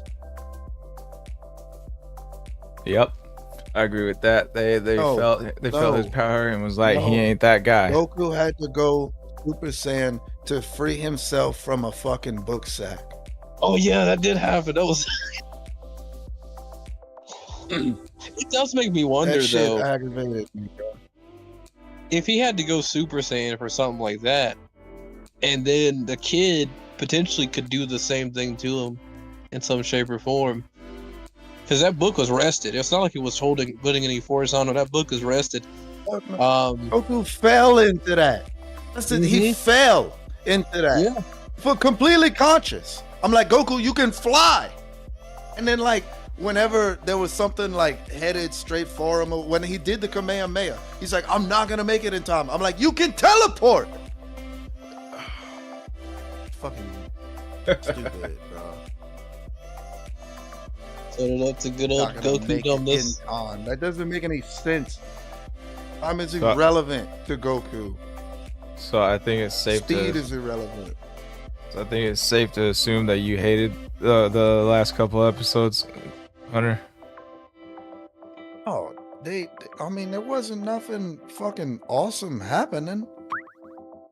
I mean, we saw Neva do that thing where he opened up the portals, which I was like, all right, like, you know, we've seen this dude do really powerful shit, but, and this is like my own personal thoughts getting in the way of it, but like when I saw the force fields and I saw like it shocked Goku through the power pole, like the next thing that I thought was gonna happen was that Piccolo was gonna special beam cannon and break that force field.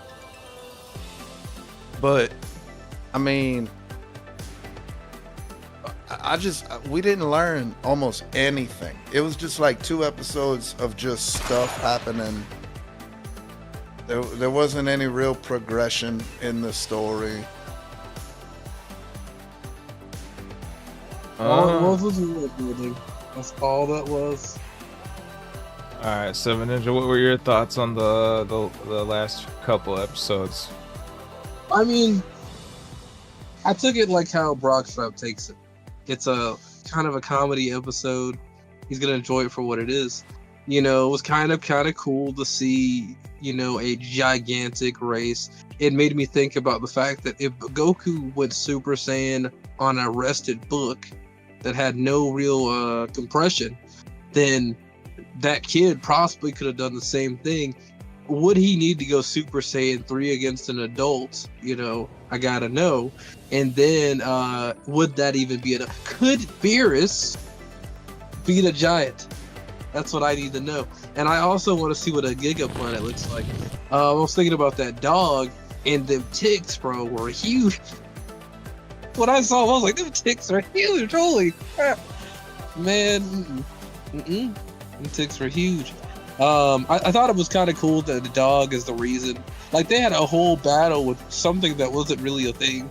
It kind of made me think, like, I was looking at the giant kid, like, you know, I guess this is what flies are like, you know, you're trying to get the fly away from you, but it keeps staying there, you know. I kind of got to see it from the fly's perspective a little bit. Of course, the fly will just keep trying to stay on you anyway. I was thinking the whole time, like, what if Goku and Vegeta tried to lead the kid away? I felt like that could have done something there. They never did, you know. I was just like, that's a little bit weird. I mean, that would have been the easiest plan, but, you know, again, it's Goku and Vegeta. The plans are not exactly their thing. So that was kind of cool, I guess. Then it comes down to the Bulma and Pansy kind of. I mean, we were seeing earlier stages of their bonding, but to see the bond get even better. I mean, I literally thought Pansy was the Bulma of Daima, and then to see Bulma and her are really hitting it off, I'm just like, it just says more to what I said earlier. So I thought it was kind of cool seeing them do that. Using the big guy, I forgot his name, as a stool was kind of funny. He does not show emotion whatsoever. You kind of have to just piece it through with his actions more than anything, but he does not show emotion whatsoever. And Talking about the dot eyes guy. Yeah, dot eyes guy. Seeing Neva open the shielding, I actually kind of expected him to be able to do it. I was a bit surprised that Piccolo at least didn't go down to grab Goku when he fell off the plane. I was sitting there thinking, like, you know, I could see Vegeta letting him fall. It just makes sense for his character. Piccolo, you know, he's like the better guy in this rivalry friendship looking thing. So that was a bit weird. Seeing Neva, I saw it as foreshadowing. When Neva shot the ball of energy and it landed on the shield faster than Goku could fall down and hit the shield. And the only reason I see it as foreshadowing, and this is on 2 fronts, is on the one front we heard Goku say, I will not have enough time to make it over there, and so he shoots a ki blast, which means that may play a role later, because we did see Neva shoot a ball of energy down towards the shield as well. I'm wondering if we'll see something with that later on in Daima, because they seem to be doing this idea. Well, I guess we could always say this. We've kind of always known a ki blast can be faster than an individual, but we've never actually, I would say, seen it played out into a kind of example, I guess. So I do want to see something happen with that. What you gonna say something, Brockstrap? Yeah, the character's name is Hybis. Hybis, Hybis, the guy being used. The dot eyes guy? But with the little curly. Yeah. I just looked up dot eyes guy Dragon Ball Daima. But you know, I want to see something about that. Now they're falling into the demon world. Warp Sama. I mean, there's some questions I got, but like for the most part, let you guys speak because I can keep going. I promise you. Brockstrap, what's your thoughts on the Full last 2 episodes? So I think episode 16. No, I'm sorry. 14. 14? 13 and 14. 13 was the one that I think a lot of, and I was listening again. I get the opportunity to listen to not a podcast, so I get what a few other people are also saying about Daima as well. And one person said that they thought this was the episode that a lot of the Daima wannabe haters would think that the whole show is. So I think if you threw on episode 13 of Dragon Ball Daima and showed anybody, and that's their first experience with the series itself, and that's going to be a turnoff. The redeeming qualities about it are probably the graphics and the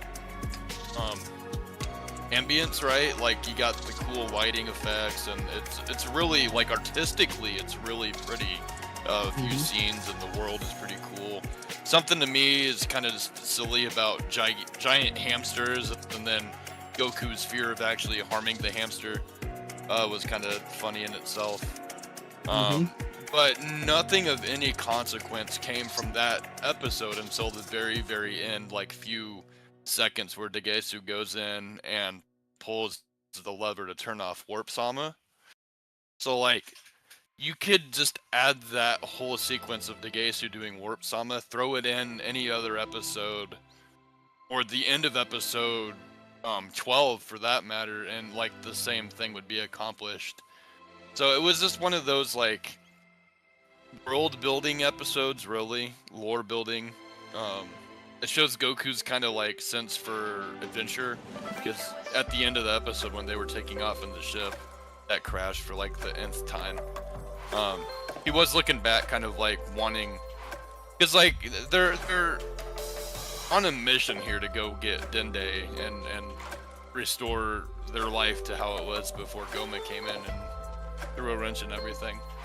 But like, it's still, Goku still has a hard time like fighting his, his instincts, right? His urges to go and just do whatever he wants, find stronger people to fight, explore, figure out what else is out there. So as far as 14 goes, man, as soon as I saw that fighting force, I knew it was gonna be, well, because even in Super you get that too, right?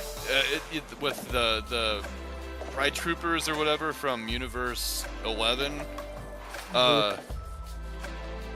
there's Toriyama, I think, had a thing for the Power Ranger style teams, right? So like, you had Ginyu Force. I don't know what they would have had in Dragon Ball, but in Super you had the Pride Troopers all doing their little, like all 10 of them had their pose, right? And you're like, oh, the Ginyu Force. And then now you have these guys here in Daima, and you're like, oh, Ginyu Force. Like, it's not the first time there's been a, return of that style of team. So for people to like hate on this, but not to like think about that with the Pride Troopers as well, I don't understand why this one's the problem and that one wasn't. And I'm just, that's a blanket statement. I'm not like trying to aim. Like, it's, Toriyama is known for reusing the same stuff from Dragon Ball to Dragon Ball Z to Super to, I don't know, GT even kind of reused some of the same stuff too. I can't think of a specific instance because FGT, I guess, but like, Even I don't know. Toriyama said FGT. It's just a little bit interesting, I guess, to like see. Or even the android, what, Gamma 1 and Gamma 2 in the movie, didn't they have their own little poses as well? Yeah. I think so. Like, Yeah. so like, I mean, it's just a recurring thing. Not surprised Well, to see it, I guess. They actually gave like a good reason for them, for Gamma and whatever, to act the way they did. The dude that created him, he was like a big comic book fan, and so he made him specifically to be Apparently like Toriyama comic was, book. too. Yeah, like But Right. No, I get that. I get that. So, but again, like regardless of the reason that they did it, they still did it.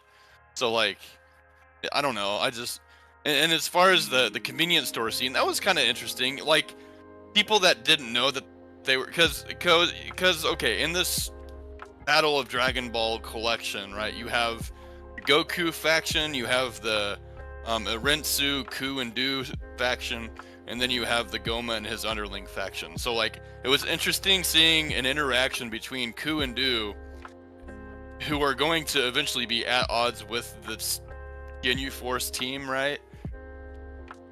But they didn't know that they were at odds, and these guys are actually just being nice. Right. And to say that like they're jerks or whatever for not being able to afford what I mean, they still went out of their way to at least give Du and Ku chocolate. So I mean, if it's all they could have, I mean, they could have chosen not to give them anything. Well, look, I'm glad you brought that up because my first thought when they saw him in the store, I was like, oh, those are kids. Like the dude said, there's kids that are coming over here and don't underestimate them. I was like, oh, they're gonna get the wrong guys. They're gonna be like, we gotta fucking fight these dudes. And then like, not only that, but both the fucking Ku and Du have the Majin mark on their belt buckles. So like, if these special forces motherfuckers like actually had brains, they would have been like, either these are the kids the dude was telling us about, or either way, they're threats because they got the fucking Majin mark on their belts. I think the scenarios that happened, I think how it played out is probably the biggest reason they probably didn't jump to conclusions. And it's just a simple matter of they entered a store, like not really, I mean, because you know, kids like to like put on capes, they like to do a little cosplay, stuff like that. It wouldn't be too surprising to think that like a kid wants to mimic the Majin outfit a little bit. They are weird looking, sure, but like, I mean, demons are weird looking. I mean, you could see them anywhere. They're pretty weird looking. For sure. So I think like it comes down to it, like it's kind of how they entered the store. They were already in the store. They were thinking, you know, everyone knows who we are, but it seems like no one knows who they are. And then like, you know, you got the two kids walking in and they're like, you know, looking at the food. They're not even really paying attention to each other to even think that there are issues. And as far as Ku and Du are as far as they expect, they don't think the German army is after them yet. So, right. Well, I don't even think Goma said anything either about them yet. This isn't even Ku and Du's first public appearance either. Like, they fought Tamagami #1, and then there was the whole crowd that came out afterwards not seeing Du or Ku as a threat at all. So, like, they're completely unknowns. I'm not sure how long ago Boo was created, but it seems only like a select few ever actually referenced Boo. And I don't know how old Boo was or what time he was created versus the birth of any other demon literally in the whole entire realm of the demons. So like, I don't know how much Boo's actually on the radar as the threat of all existence outside of those who like specifically know about him. You've also got to look at go ahead, Brock. Go ahead. Well, no, just like, because again, they weren't seen as a threat with the Tamagami fight. So like, and I don't know, outside of them fighting with the Tamagami also, like, Igesu and Goma don't even know really much about them at all. So as far as they know, Arensu has them under their control, but like, it seems that Goma is more concerned with Goku and his friends than Arensu and whatever she's got going on. So like, hey, he's so fucking the immediate threat being right, the immediate threat being Goku and his party. Like, I'm not sure that he would even reference Dooku and Arensu to the team, the Ginyu Force, when the immediate threat would be Goku and his team, his party. So I don't know. That could be an explanation as to why they didn't have any beef there in the convenience store or nothing. Like, it would have just been off their radar entirely. Squall, did you like crawl into your chair and then get up? Like, you just like appeared from under the screen. Like, No. What the hell? So I did want to bring up this though.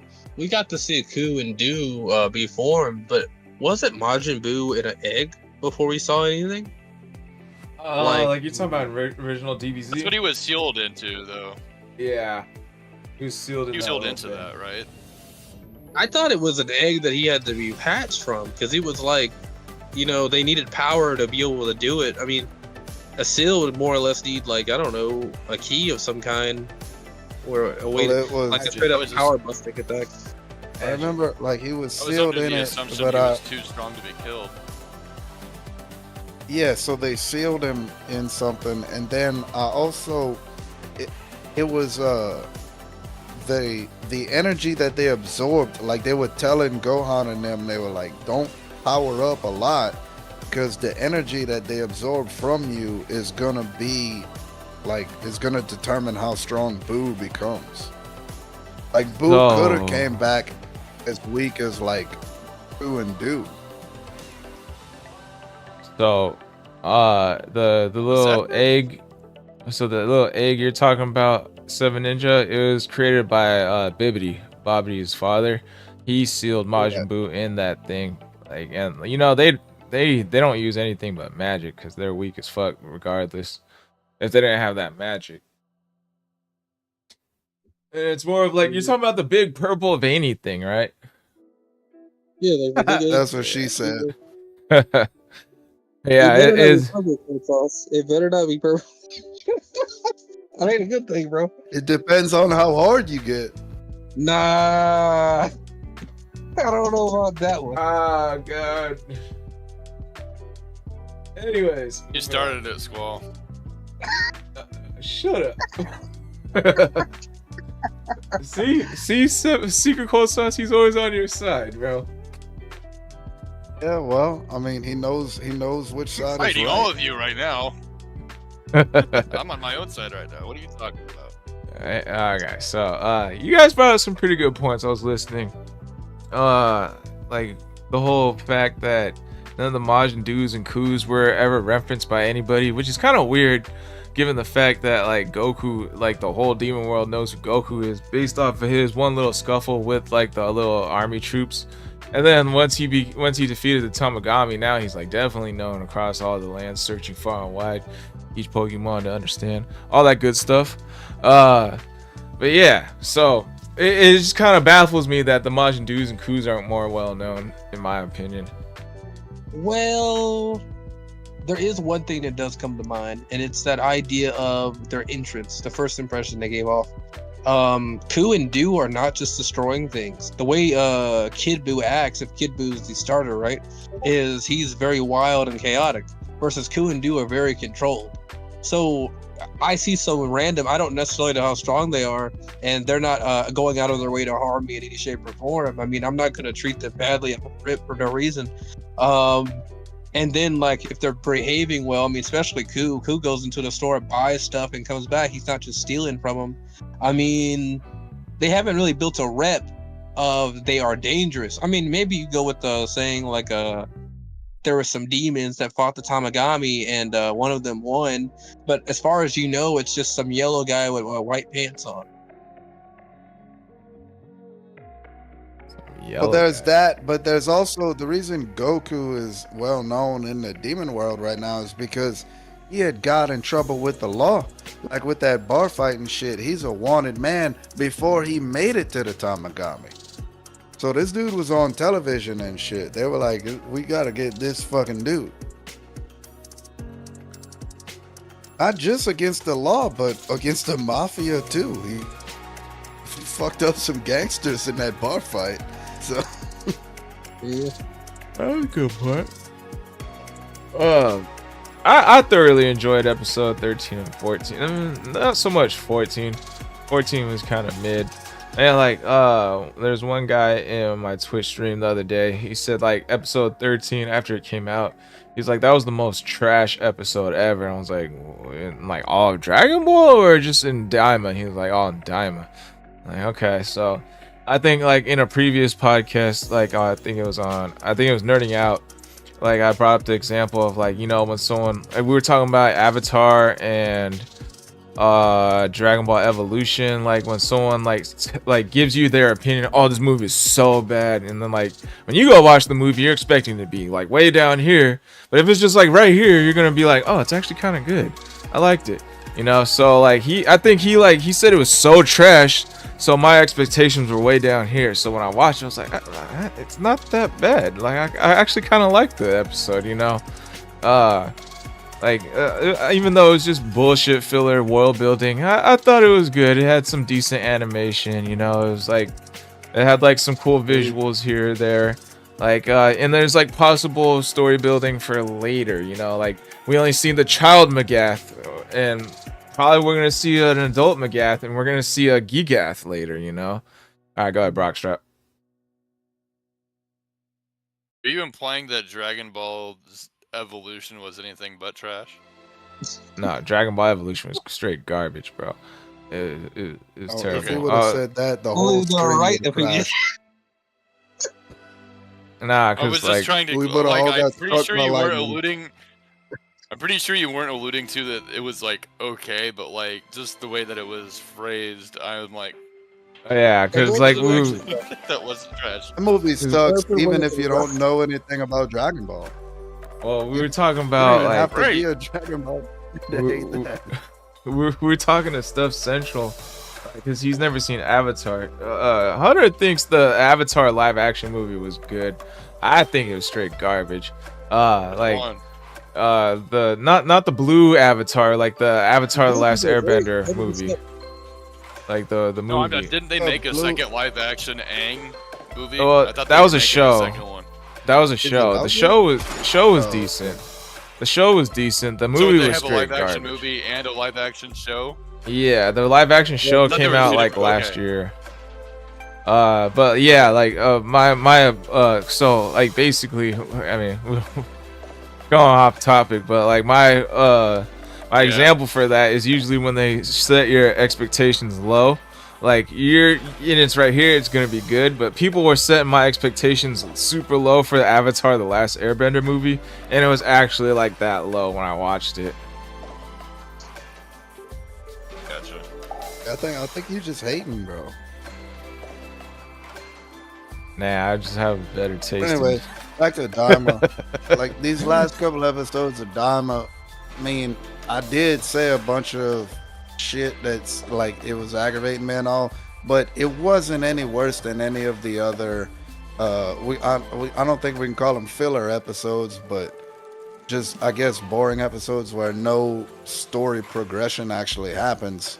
It's world building episodes. It still wasn't terrible episodes.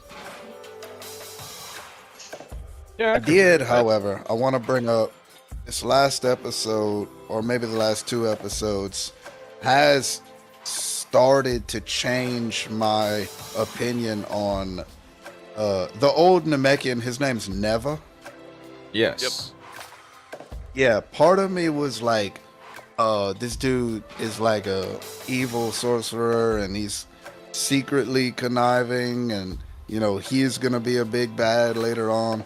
But in these last two episodes, I'm kind of leaning more towards he sees hope in like us, our Z fighters and shit, and it's kind of like maybe these dudes can save us from this new tyrannical demon king, and maybe that's why he came in. I'm starting to more get that vibe, and my prediction now for him as a character is that he's gonna leave the demon world with us and go be the new elder guru on New Namek.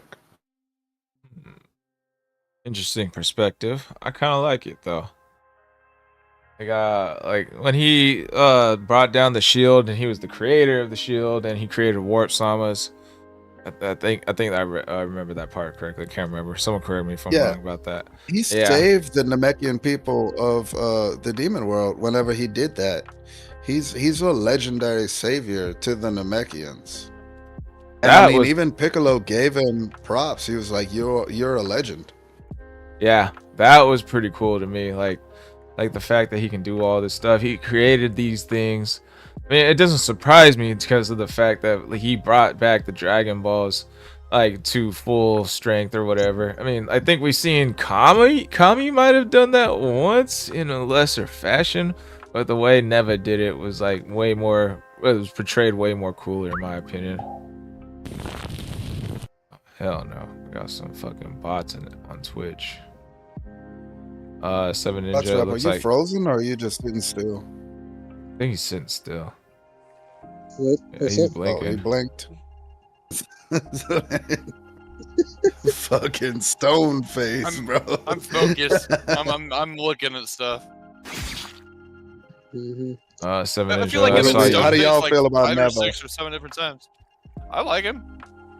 I never felt like he was going to be like, even when he was there initially at the beginning with Goma and Degesu, right, to collect the Earth Dragon Balls.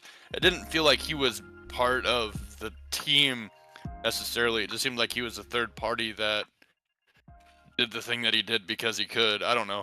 But then when they met up with them, and then Piccolo's like, "Hey, I'm calling you out for your garbage," and then he was all like, like, I don't know. He just always felt like a neutral party to me. So, I not to say that he doesn't have his own ulterior motives, probably, but like, it definitely. I'm not getting like a Demon King Piccolo from Dragon Ball vibe or nothing. So like, I don't know.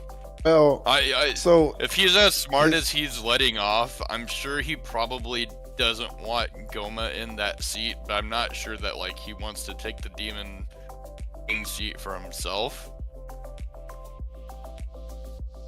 yeah, I mean, the first scene, like when they brought him to Earth and shit, that was when I was getting evil Neva vibes.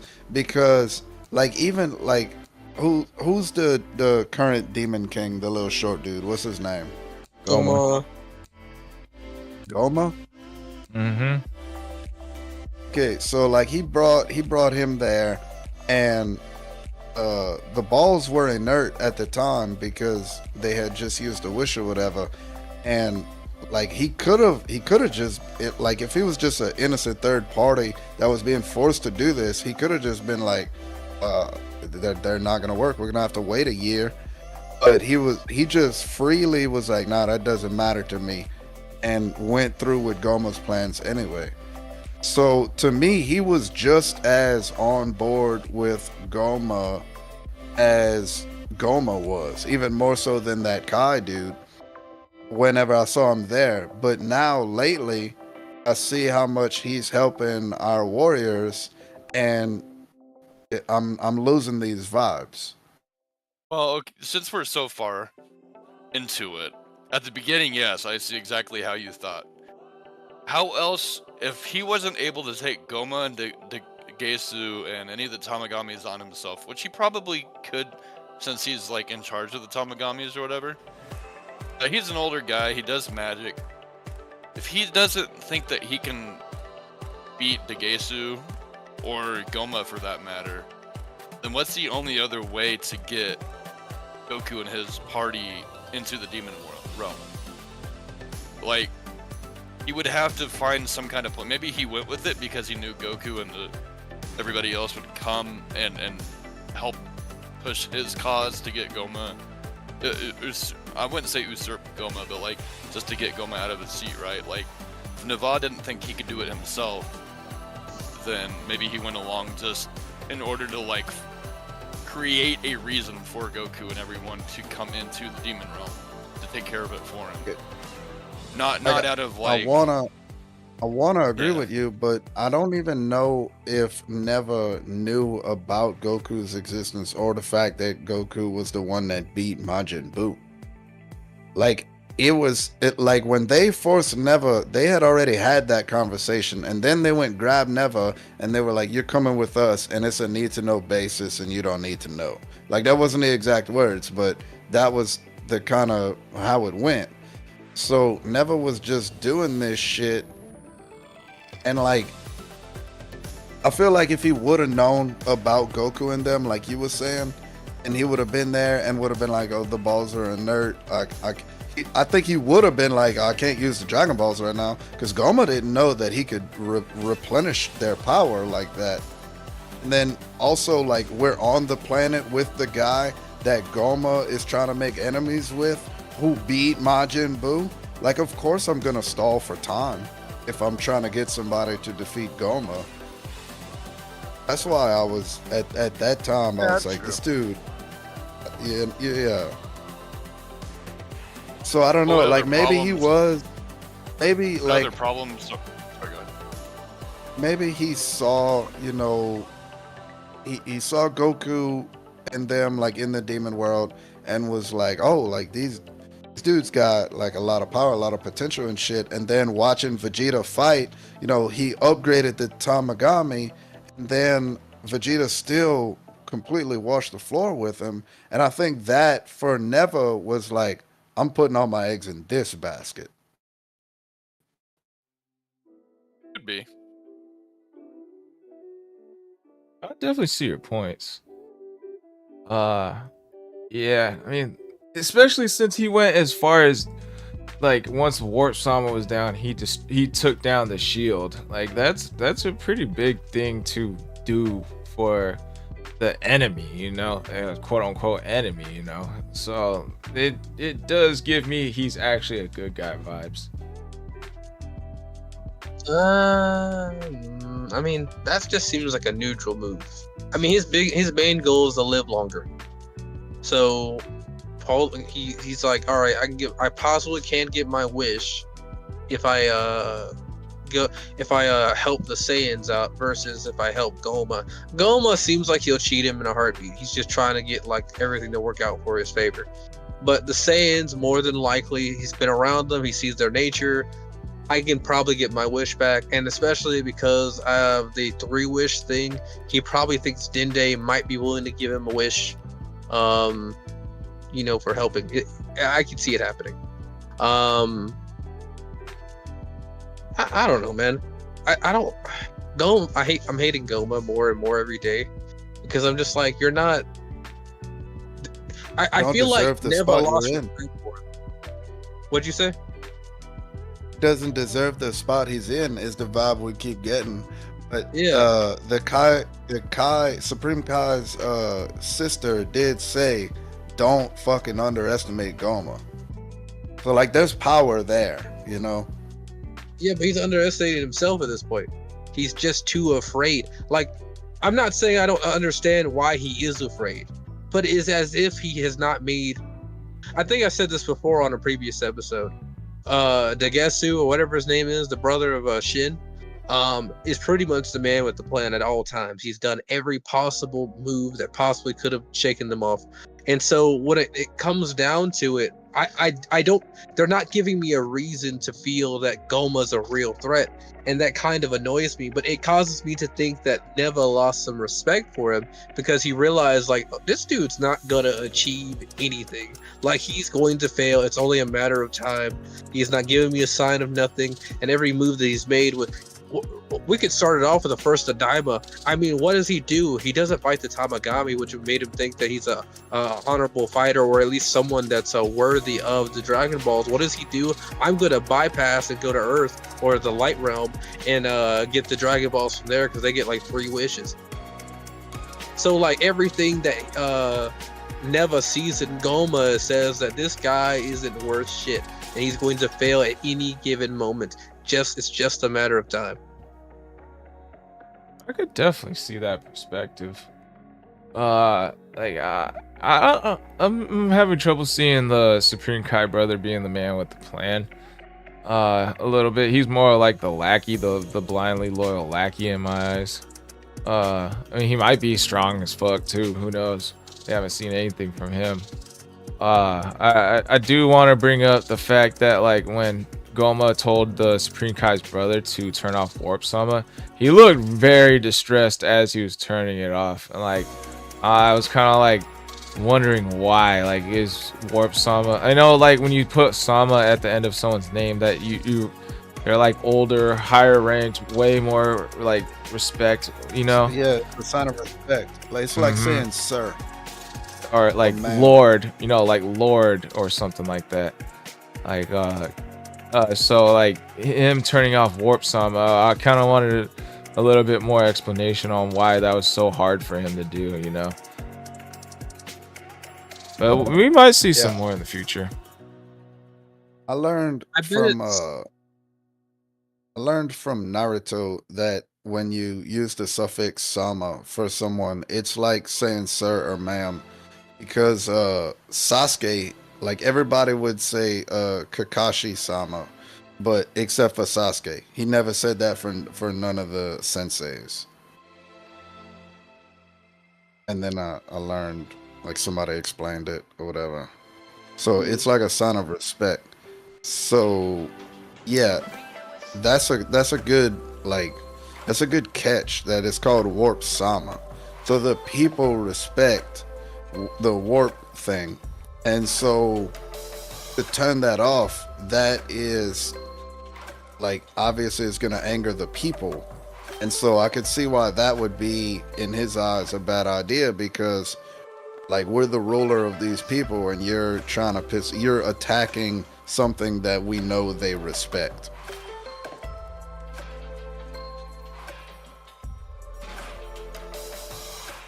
And the only thing else I wanted to bring up was the stupid Ginyu Force knockoff. After they did the little stupid poses and the lighting and everything, Goma-sama did the exact same thing Frieza did when he saw the Ginyu Force. Sit there and blush.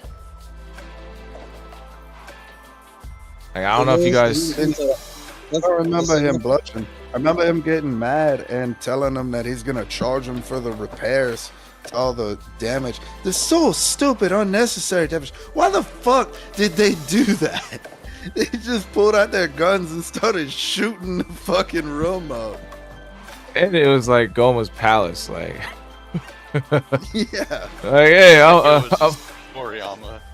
gonna go to my boss's house. I'm gonna go to my boss's house. Oh god. Yeah, when I saw like when Goma got mad and walked away and said, "I'm gonna charge you for these repairs." To me, that was the first time where I was like, "All right, that's a justifiable reason for Goma to get mad." Everything else is like, "Goma, you over here poking a bear. What do you think is gonna happen?" But this time I was like, you know what? I'm on Goma's side with this. Like, why'd y'all shoot up my fucking palace? I know, it's like going to like your manager's house, trying to for the first time making a great impression. And you just start knocking shit over, break the door, and you know what's up? What's up? We've arrived. So stupid, bro. I was wondering that too. I think that's another sign that he's not worthy of his seat. He has no real... I mean, he scares the Gesu. He scares some of the guys up there. But for the most part, I feel like all the respect goes to everyone that's not him, and they just know he is boss. Every time I see Goma, like, the one thing that he could have done is, like, badly hurt one of the elite forces as a sign of, hey, act right or this will happen to you, and then maybe heal him up or something through some kind of magic. That would have been cool. That would have shown us some kind of sinister, some kind of malice, something to work with that states this guy is powerful or at least should be scary. But he goes with, you're gonna pay for this the repairs. Yeah, that's a problem, but I'm not afraid of that, because if I'm one of the scariest things and I'm making all the moves, all the powerful attacks and all that, I'm not going to be worried about a guy that doesn't do anything.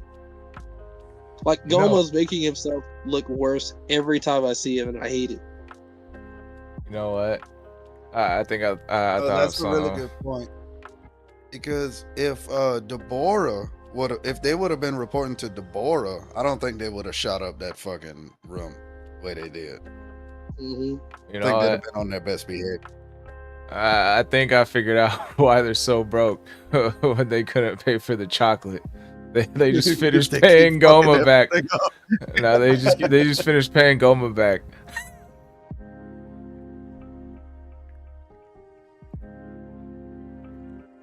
Yeah. Other than that, I don't. There wasn't too much coolness within the last couple episodes. The episode 13 was the better one in my opinion, even though it was more world building, but it had like more action. the second one was just like, okay, they're trying to get to Warp Sama to go to the next world. That doesn't work.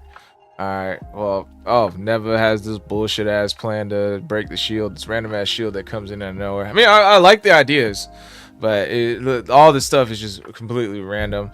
And like we don't really get to see much. We're like we get to see this knockoff Ginyu Force, and then we get to see them meet with the Majins, and then like it cuts back to our heroes, and then it ends there basically.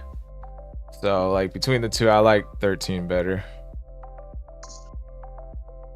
Honestly, I know, like I said this about like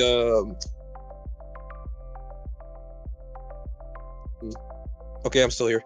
I said this about Cowboy Bebop, that I was kind of like not really liking how much world building episodes is here, but I actually want to see more world building episodes in Daima. I honestly do not believe we'll see any more of Daima after the Daima series. I don't think we'll see any more of it, and so I would want them to explore more of the world. I'd actually like for them to not necessarily lose the Dragon Balls, but maybe they get sent out again and something weird happens and we have another adventure. Maybe this time with Vegeta running the adventure instead of Goku. Just because it's like we're not gonna see this place again. It's guaranteed we're probably not gonna see this place again. And There's a setup for I it. want to see it more. Huh? There's a setup for. They already set up for them to come back. Bulma said she was gonna give them some ships. Unless they show that up in like a Super down the line, or like whatever the next Dragon Ball show is going to be, I don't see them coming back to this place. Bulma too. I kind of disagree. I don't want to see anything with Vegeta being the main lead. Like fuck Vegeta, he's kind of lame, bro. Like get it, let it go off of Piccolo. You know what? Speaking of Goku being an asshole, not letting Vegeta ride with him to the demon world, where there was clearly plenty enough room in the plane. Yeah. Still no Vegeta for me though. I'd rather see Piccolo or something. Some more Piccolo action. That'd be kind of cool. I'd almost kind of want to see like not a full episode, but like a third at least, or a fourth of an episode focused on like what's going on Earth now. I mean, are things attacking the planet?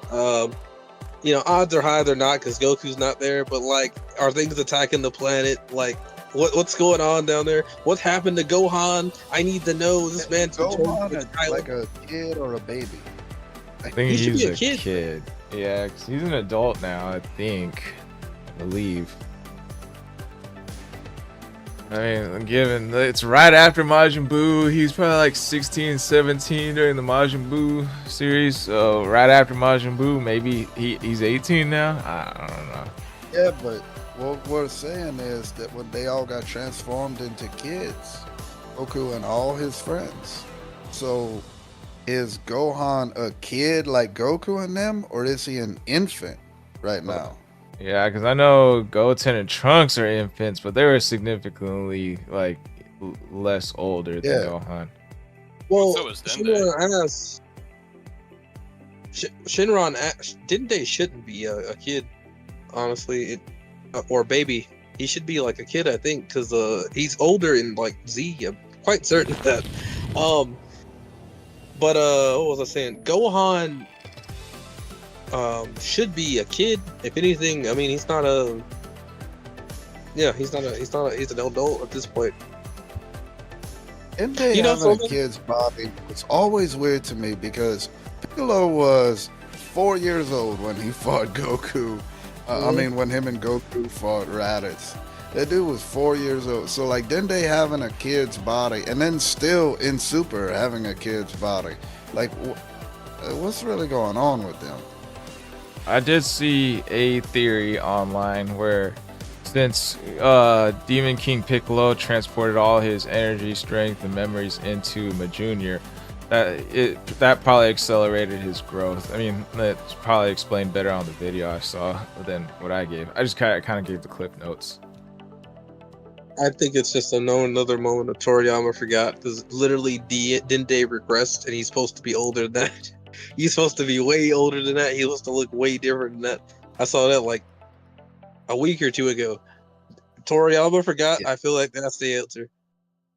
Toriyama forgot is a great explanation for so much shit going on. You know what else Toriyama forgot? Launch.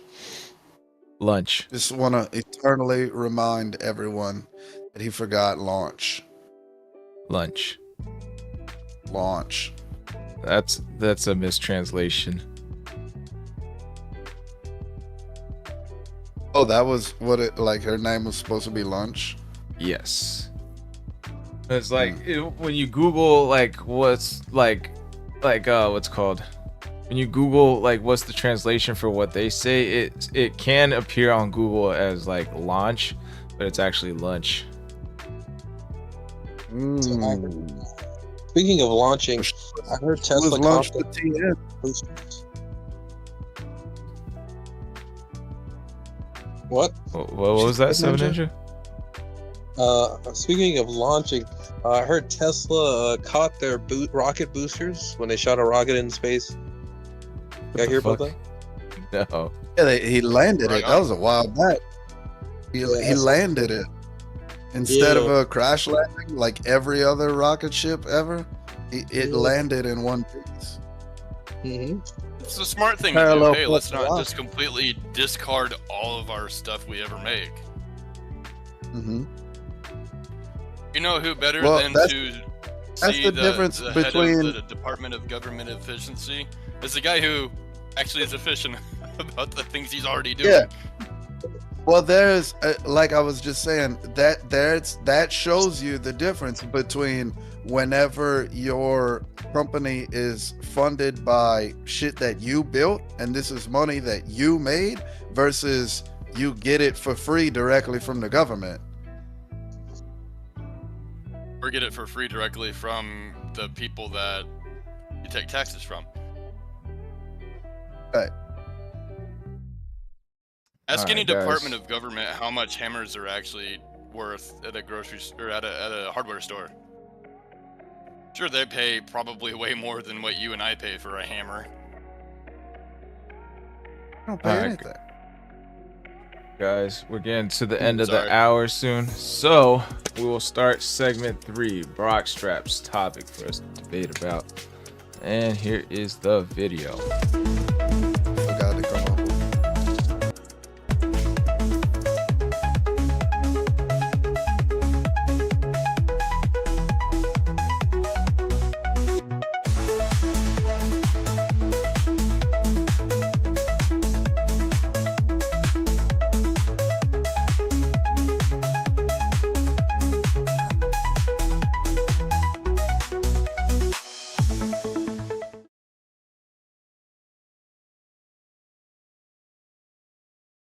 All right, and we are back, everybody. All righty, Brock Strap, what is your topic for us to debate about? What is your favorite Dragon Ball Z video game, and why is it better than what the rest of the panel chooses? Okay. I don't remember who started We have first. plenty. We have He plenty just to wanted choose to from. start an argument. He just Is that not what debating is? Yeah, that's Are we what not debating on the is. Podcast of the Great Nimbus debate. No, he's got the right idea. We've done this, the best video game, like 2 Have we? episodes ago. Yeah. don't I remember mean, we'll that. do it again. I was on 2 episodes ago. Well, you have all the different styles too. You have the deck building games. You have the side to side, albeit if it's crappy like Budokai 3, which is my favorite, Sweet. or Fighters. I remember whenever We we have the debated it, 3D. we had to categorize the different, like, what's the best Game Boy game, what's the best console game. I think we picked like our top 3. Did you pick top 3? Yeah.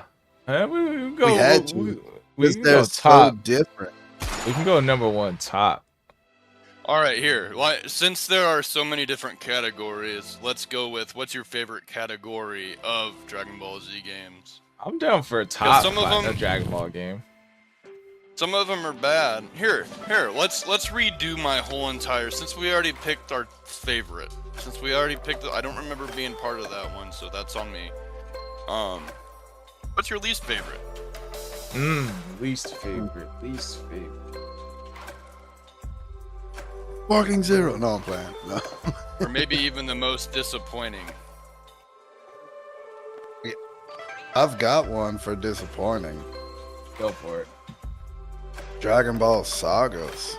Yeah, that was my Really? choice too. Yeah. Yeah. I remember when I was a little kid, I played it on GameCube with my cousins, and like we had fun playing it. Me and Dane did, but like our older cousins, they kept groaning and stuff like that. And then when I got older, I played it again, and I found out why. It's because like there's like a lot of the levels, like you can run around, but it's so limited. Like you can see a lot of stuff, but you can't actually go anywhere. And the fighting was pretty trash. The action was trash. There wasn't like a lot of ways to defend yourself from the enemies. And it's not like you could really dodge either, because the movement was trash as well. It was just a very like, it was like some dude in college made a Dragon Ball game. Like that's what it was really like. Seven Ninja, what's your choice? Worst Dragon Ball game? Or most disappointing? Mine has to be Dragon Ball: The Breakers. That kind of Really? fighting like game. I never played it. I never even seen gameplay of it. I did. It's an interesting concept. I'm not saying I couldn't go back to it, but when it comes down to it, when I think of Dragon Ball, like if we were gonna go with my favorite, I would have said Xenoverse 2. But like we're going with something that I won't say I can't stand it. It's just like out of all the games I'd ever played, do I think this one's fun? It's kind of like I don't like it as a Dragon Ball game, but I like the concept enough that I feel back to it. Yeah, because I've seen videos of Dragon Ball Breakers online. It looks interesting. It looks like Xenoverse a little bit. I mean, it's the same art style. It certainly is. And it's like about alternate paths and stuff like that. Alternate timelines. No, Xenoverse is about alternate timelines. The Breakers is about like, okay, let's say Frieza comes to Earth, and you as what's the pig dude name? Oolong. Oolong. You're playing as Oolong, and you're trying to escape the planet through Trunks' time machine, and that might require you. You got to work with the. You could either work with the people there, or you can work by yourself and build the time machine. Along the way, you can get power-ups that allow you to fight the boss or the boss player as a Saiyan or with the Saiyan powers. It all depends on what you get, and that's pretty much the whole gameplay. Are you trying to escape, or you're trying to? No, you're just pretty much trying to escape. And all they're trying to do is they'll blow up periodically. They'll blow up a section of the map, and you've got less and less to work with. Well, if a part's on the place where the place got blown up, but you're pretty much screwed. But there's like a second way to get off. Like there's a main way, and then there's a second way to get off. And you got to choose one of those. Try to get it done first. If you don't, you fail. I mean, it's a cool concept, but it's just not really. I felt like if I would have wanted to see something like that, it would have been kind of cool to maybe have a kind of MMO open world kind of thing going on in some shape or form. But that's not Xenoverse. But it's what it is. Interstellar says Ultimate Tenkaichi. I'm gonna have to look this one up. That Brock was Strap, where I protect was you up. going. My choice was Sagas for the worst, and Ninjas was Breakers. Breakers, I haven't played Breakers at all, so I can't talk on that. Ultimate Tenkaichi was the one that I actually had in mind when I came up with that split-second decision to switch over to the worst. About to change my answer. No, Sagas was Ultimate still the Tenkaichi, worst. and Ultimate Tenkaichi in theory seemed like, oh man, this is gonna be the best, and that was part of it. Was it got so hyped that when it finally came out and you were left with Ultimate Tenkaichi you're just like, oh. Ultimate disappointment. Ultimate Yeah. disappointment. Yeah, no. I hear a lot of people had a problem with Dragon Ball Z Connect back when the Xbox released the Kinect version, it would go off of your movements. I didn't get to play to that one, so I can't speak on it. But of the ones that I've played, I actually enjoyed Sagas. I know a lot of people might think I'm crazy on that one. It was another Dragon Ball game that I had back when I was learning more about Dragon Ball. I was disappointed that it only went up to the Cell Saga and that there wasn't like actually more to the game. A lot of repetition, yeah, but like, Alex. But Ultimate Tenkaichi definitely was the one that I was most. Tenkaichi 3 was awesome because you already had 1, 2, and 3 at that point, and Ultimate, like it was supposed to be the next best thing in character creation too, right? You're like, oh, I can make my own person, like back before Xenoverse was actually a thing. And but then there's like 3 different things that you could do with your character. It's like they wanted to see what more can we add to the game, and not like more what can we do to make the game better. And they failed at all 3 things that they were trying to complete. Sounds like there's a little too much of everything in that game. There's too much of like there's too much of everything, but not enough in any of those things for you to actually do. Yeah. Like you can create your own character, but there's only like 3 different options of like character creation. Like you can't really create your own character. You're just sitting there, like it's presets. There's not enough. And then they're like, well, if you want to create your character more, you go out in the world and find the stuff to create your character with. But then like there's so much of the world, like you have to progress through the story and shit, and it's fucking aggravating. As limited as you think Xenoverse might be for character creation, Ultimate Tenkaichi. Oh no, Xenoverse has the most character creation in any Dragon Ball. Even in Xenoverse 1, there was a lot that you could do with your characters. Oh, for sure. No, but yeah, it was ultimate letdown. Sounds pretty bad, not gonna lie. My choice is gonna have to be Sagas. I'm gonna have to agree with sequel stuff. I mean, given I haven't really seen much of Ultimate or Dragon Ball Z Connect, I'm looking at pictures now. I mean, maybe it's just the pictures look nice because it doesn't look that bad. I have to actually experience how bad the game is. You're not gonna market the worst parts of it. Sagas was pretty bad because I remember I was watching videos. I was like, oh, there's a new Dragon Ball Z game coming out. I have to get it when I was a kid. Usually I'll watch videos on it. Like, oh god, this game looks trash, bro. It looks straight garbage. And like I haven't really heard of anything after it came out, you know, nothing from the friends. I still don't see anything online about it to this day. In fact, I see videos of like the worst Dragon Ball Z games, and Sagas in that video game category in those videos. Always. Like, yeah, like the graphics look bad, the fighting looks bad, the power-ups look bad, the special attacks look bad. You know, it just all around looks terrible. Like the world, like Hunter said, looks bad. Like I think you even have to like collect coins like when you're going through the story, and like the way you collect them looks janky as fuck. Like everything about that game looks like I should be spending $1 no more on that game. Right. It's like I said earlier, it was like some dude just tried to make a Dragon Ball Z game. It was like if you gave me like a world creating like software, and I decided I'm gonna try to make a Dragon Ball Z game using this terrible software, like the free version of a software. The dollar store Dragon Ball Z Kakarot. Yeah. Let's go around in a circle. Let's see. Charm City just sent me a funny picture. Here, let me copy this. I'm gonna send it in the chat here. Brockstrap, why or why not is Dragon Ball Z Sagas worse or better than Dragon Ball Z Connect?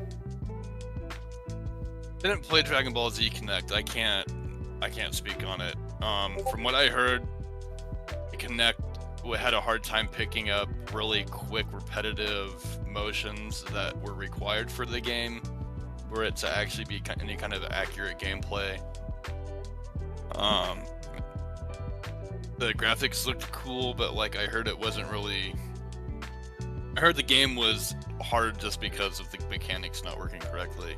As far as Sagas, I felt like Sagas was poorly paced, but not a bad game to the core. Like, you start from the bottom, you level up. I kind of like the RPG aspect of it. You could level up your Kai or your strength or your health at any different time. You had different characters to choose from. When you unlock them all through the main story, you come back, you can play as like future Trunks or whatever in the very first fight with Raditz. You could unlock Broly at some point, which that in itself was kind of cool at the time, because this game is old. It's probably 2006 or 7 maybe. So you could go through the whole entire Namek thing. It didn't feel like you were skipping over much all the way up to the Cell games.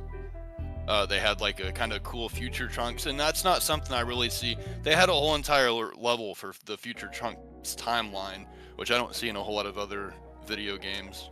Not that I've played them all, so I could be misspeaking on that. But You get it again, in Xenoverse too. The pacing, well, yeah, you had a lot of different scenarios in Xenoverse 2. It was the first time here. Let me rephrase this. It was the first time that I felt like in any of the games up until that one that you had any kind of future Trunks. So again, a lot of games come out since Sagas. That was the first one I specifically myself remember playing in the future Trunks level. And the only thing I can think of what made it terrible was just the pacing itself. Sometimes the fights went into slow-mo and you're like, oh, I wish this was a little faster. Sometimes tracking was kind of hard. I remember playing on the Vegeta fight with Goku that like Vegeta would zip around the map and I'm like, I can't hit this guy, right? So like obviously it came with its faults, but to call it the worst, I don't know if that's accurate. It was disappointing in some aspects, but other aspects I'm like, oh, this is awesome. Again, now it was a long time ago, and it probably wouldn't hold up to games today. Alright, and what about Breakers over Connect? I haven't played Breakers. Connect. Oh, you're talking about Nimbus? Yeah, it's for Brockstrap, sorry. Would Ninja, like fix your to. mic. I see a lot of marketing for it. Again, marketing's only going to show the best aspects of the game, so you can't take those to heart. But yeah, somebody that actually has played Breakers can probably speak better to it than I can. Alright, 7 Ninja. Why or why not is Sagas or Connect better or worse than Breakers? I mean, when you're coming to that Dragon Ball feel, I mean, I guess you could kind of get it from being Cell or Frieza, but the reality of the situation is that you're just being a super powerful being going attacking civilians. It's not really a Dragon Ball kind of feeling game. Would I say that it's a better game than Sagas or Connect? The Connect was always bad. I mean, I think it's unilaterally said that like the Connect in general was just a bad system overall. So that doesn't surprise me if that game was bad in any shape or form. When it comes to Sagas, I didn't actually play Sagas. I do know a little bit about it. But I mean, it looks like the precursor to like Kakarot, and so knowing like they're really doing something that would be foundational for Dragon Ball, I probably wouldn't have thought it was worse. But to me, Sagas and probably Connect is like regular Dragon Ball does cover the idea of what Dragon Ball is versus the Breakers. While I don't think it's an outright bad game, does not give me that Dragon Ball feel. Alright, Super Cold Sauce. Why or why not is Breakers or Connect, better or worse than Sagas? Before I answer, just want to give a quick shout out to that tequila that's got SquallRush's eyes half open right now. It's- but So when no, is the battle? Sagas is the worst for every part of Sagas. The gameplay is janky. It's incredibly limited. It's not immersive at all.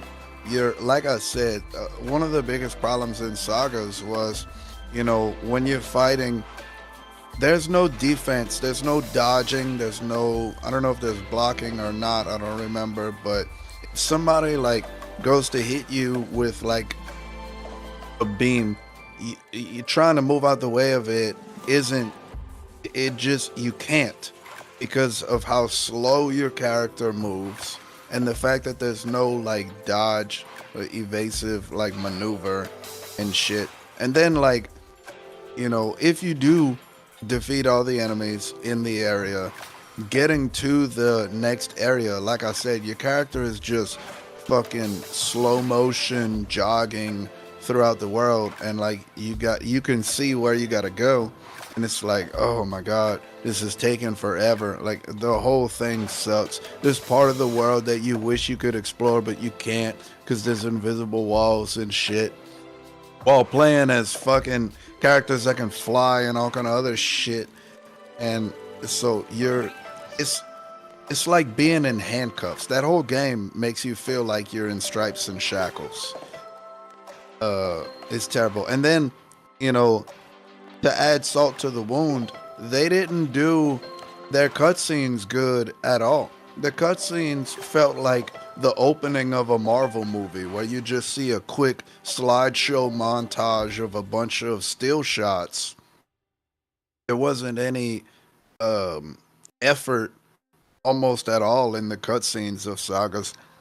The only thing that can be said good about Sagas was that what Brockstrap said earlier, it goes past the Frieza saga, because that's one of the biggest complaints in all of Dragon Ball video games, is that it stops at the Frieza saga. But other than that, and I mean, it's not like you can really be excited to play through the Cell Saga and shit in Dragon Ball Sagas, because the whole game sucks anyway. Playing it sucks, watching the cutscenes suck. The whole thing is terrible. I don't know if it was on Xbox at the time, but it was also on PS2, I know for a fact.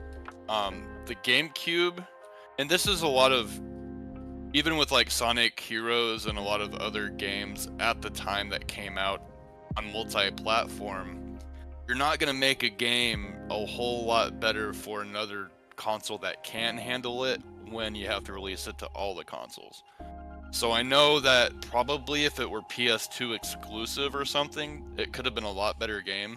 Again, this did come back in like 2006 or 7. I can't quite remember. I was in high school. But it definitely did have a lot of limitations to it. I know with the movement, you had to hold it down for like at least a second or 2 seconds at a time before it would automatically shift into the higher speed. So he's correct on that. Again, this is one of the criticisms I had, was the pacing. As far as not being able to move forward, and the game was linear too. It wasn't an open world game. The levels were very linear. It was, hey, complete this area, extremely go to the linear. next. Exactly, extremely linear. Beat this area, go to the next area. Beat that area, go to the next area. I don't know if the game would have been a whole lot better if you're just like, oh, hey, boss fight right away, right? Like, within the level, sometimes the levels could seem a little bit long. I remember when I had to chaperone Dende for a short time, that Namekian level seemed extremely long to me.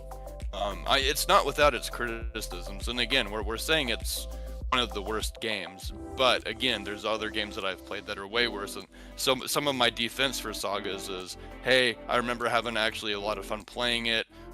Best game ever? No. Not best game ever. Worst game ever. Great Nimbus, debatable. Yeah, I feel like there's a lot worse than Sagas, and that's why I guess I find myself defending it a tiny bit. But yeah, no, all your criticisms are correct. I think as far as like dodging beams that you're saying we couldn't do, if you were far enough away, you could, kind of like Xenoverse. I think that you actually get capsules throughout the levels that help you unlock better abilities, and one of those abilities could be the teleport or the quick dodge. I'm not sure you get that right away at the beginning of the game, because a lot of people probably on this game, I would imagine, just played it one time through and then said, okay, I beat the game story, and then moved on to the next game. They probably had.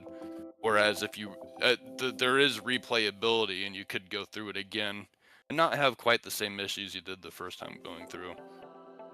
So if Sagas is not at the bottom of the list, what games are at the bottom list for you that you've played? It's Saga. For Brockstrap, he said Sagas is not the worst game he played. I definitely Ultimate Tenkaichi. I wasn't even really a big fan of the Budokai series itself until the third one came out. I never got to play the second, but like going back and replaying Budokai 1, the side-to-side one, like, is freaking like pulling teeth out, and I know something about that. But when, like, if we're comparing Sagas to Budokai, I would say Budokai probably at the time would have been worse of the two. But a lot of people, I don't know what expectations people had for Sagas. And again, Sagas won't even hold a candle to anything current. So like, if you were to go back and play that now, again, pulling teeth, probably yes. At the time, it's what we had. It was the next innovative thing. I think it might have even come out before Tenkaichi, the first one. So as far as a 3D movement, outside of, I think, maybe Legacy of Goku on the Game Boy Advance at the time, we didn't have any of that really. It was strictly just side-to-side kind of fighting. When we debated best games, our best Game Boy game was Legacy of Goku.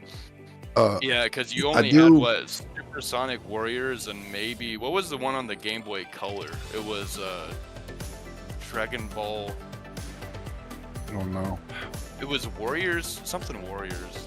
Supersonic Warriors? No. Game Boy Color. Dragon. I don't know, but I do want to, because you keep bringing up the console Super limitations, Warriors. Possibly playing a big factor into Sagas not being good. And I think Sagas could have been a lot better if it was not held back by the GameCube. It wasn't. That's why I want to bring this up. It wasn't held back by GameCube because I've played games of similar, of the same genre. Like, okay, X-Men Legends and X-Men Legends 2 Apocalypse. Those were on GameCube. Those were the same style genre of game that Sagas was. And those games, right, I'll still play those games today. And they were on GameCube. So it goes back to Sagas just being extremely linear, extremely limited, and there's just nothing to do except for the very ABC things in each level that are there. How many open world games are there on the GameCube? Like, realistically? Open world there's isn't not really a lot. Thing to Explorative. What up, Jamie? You could have, I put it to you like this, you could have put Sagas on an arcade cabinet. Yeah. Like, you could have, I mean, you didn't need a whole controller to play that game.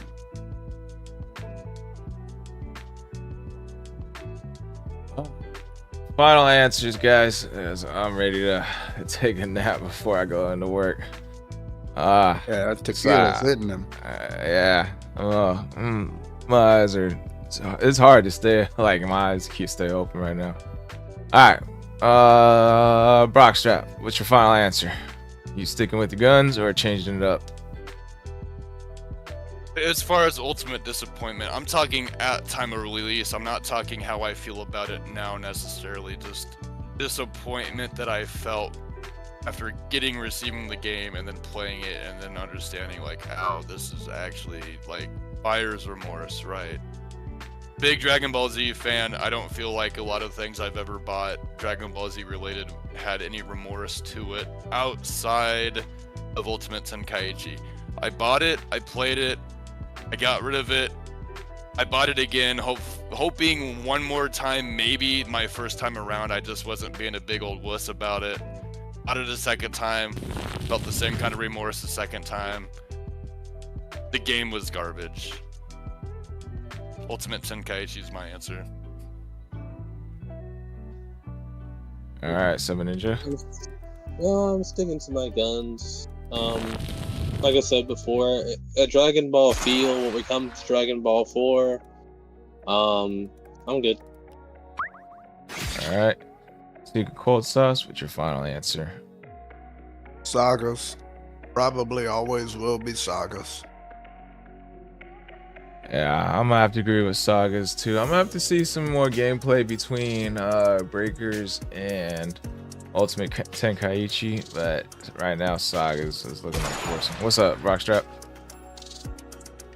I was gonna talk on what Interstellar Gaming's saying. Legacy of Goku 2 was only Cell. Legacy of Goku the 1 was Frieza. Raditz, then Nappa Vegeta, then Frieza. And then there's also another one called Dragon Ball Z Boo's Fury, which was also on the Game Boy Advance. That took you all the way through the Boo saga after Cell. So, it's Those a are trilogy, good. and I liked them.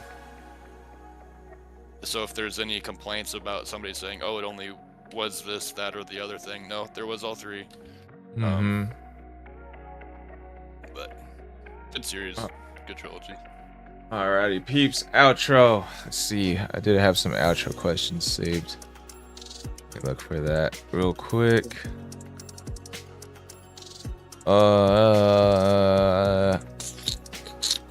Alright, so plug your socials one last time. Favorite part of the podcast. Let's see, what was the third one? Any announcements, and what is something interesting about you? Hunter, you can start first. Well, I mean, I don't really like stream or anything. I'm just here for this podcast. I'm just a great Nimbus debate podcast flavor enhancer, so to speak. Something interesting about me: I was in prison for 3 years, and I can grow a fuller beard than SquallRush. This is about to be shaved off soon. It's coming over my lips. It's about that time. Alright, Seven Ninja. You can find me at Game Joe, MeWe, and Rumble. I should lead you right back to Rumble. My announcement is that I should be coming back to streaming, if not tomorrow, soon. We'll figure it out because things seem to be looking up again. I think I fixed my PC. I don't know 100%, but we shall see. Regardless, favorite part of the podcast has to be who's the biggest asshole. I'm still saying it's 17 and 18. I stand by that. And the last one was, what's something interesting about me? I'm usually, I found out this recently, I'm usually the advice guy or the encyclopedia guy. I don't know what it is, but apparently I have a large storage of knowledge, and I seem to be the kind of person that's kind enough that you can come to them and ask them for advice. So it's happened enough times now that I'm like, okay, whatever. That is so 100% true. I can't tell you how many times I've been typing out a question specifically to Seven Ninja, and then I had to stop and ask myself, hang on, can I fucking do this on my own? Because I'm always asking this fucking dude for shit.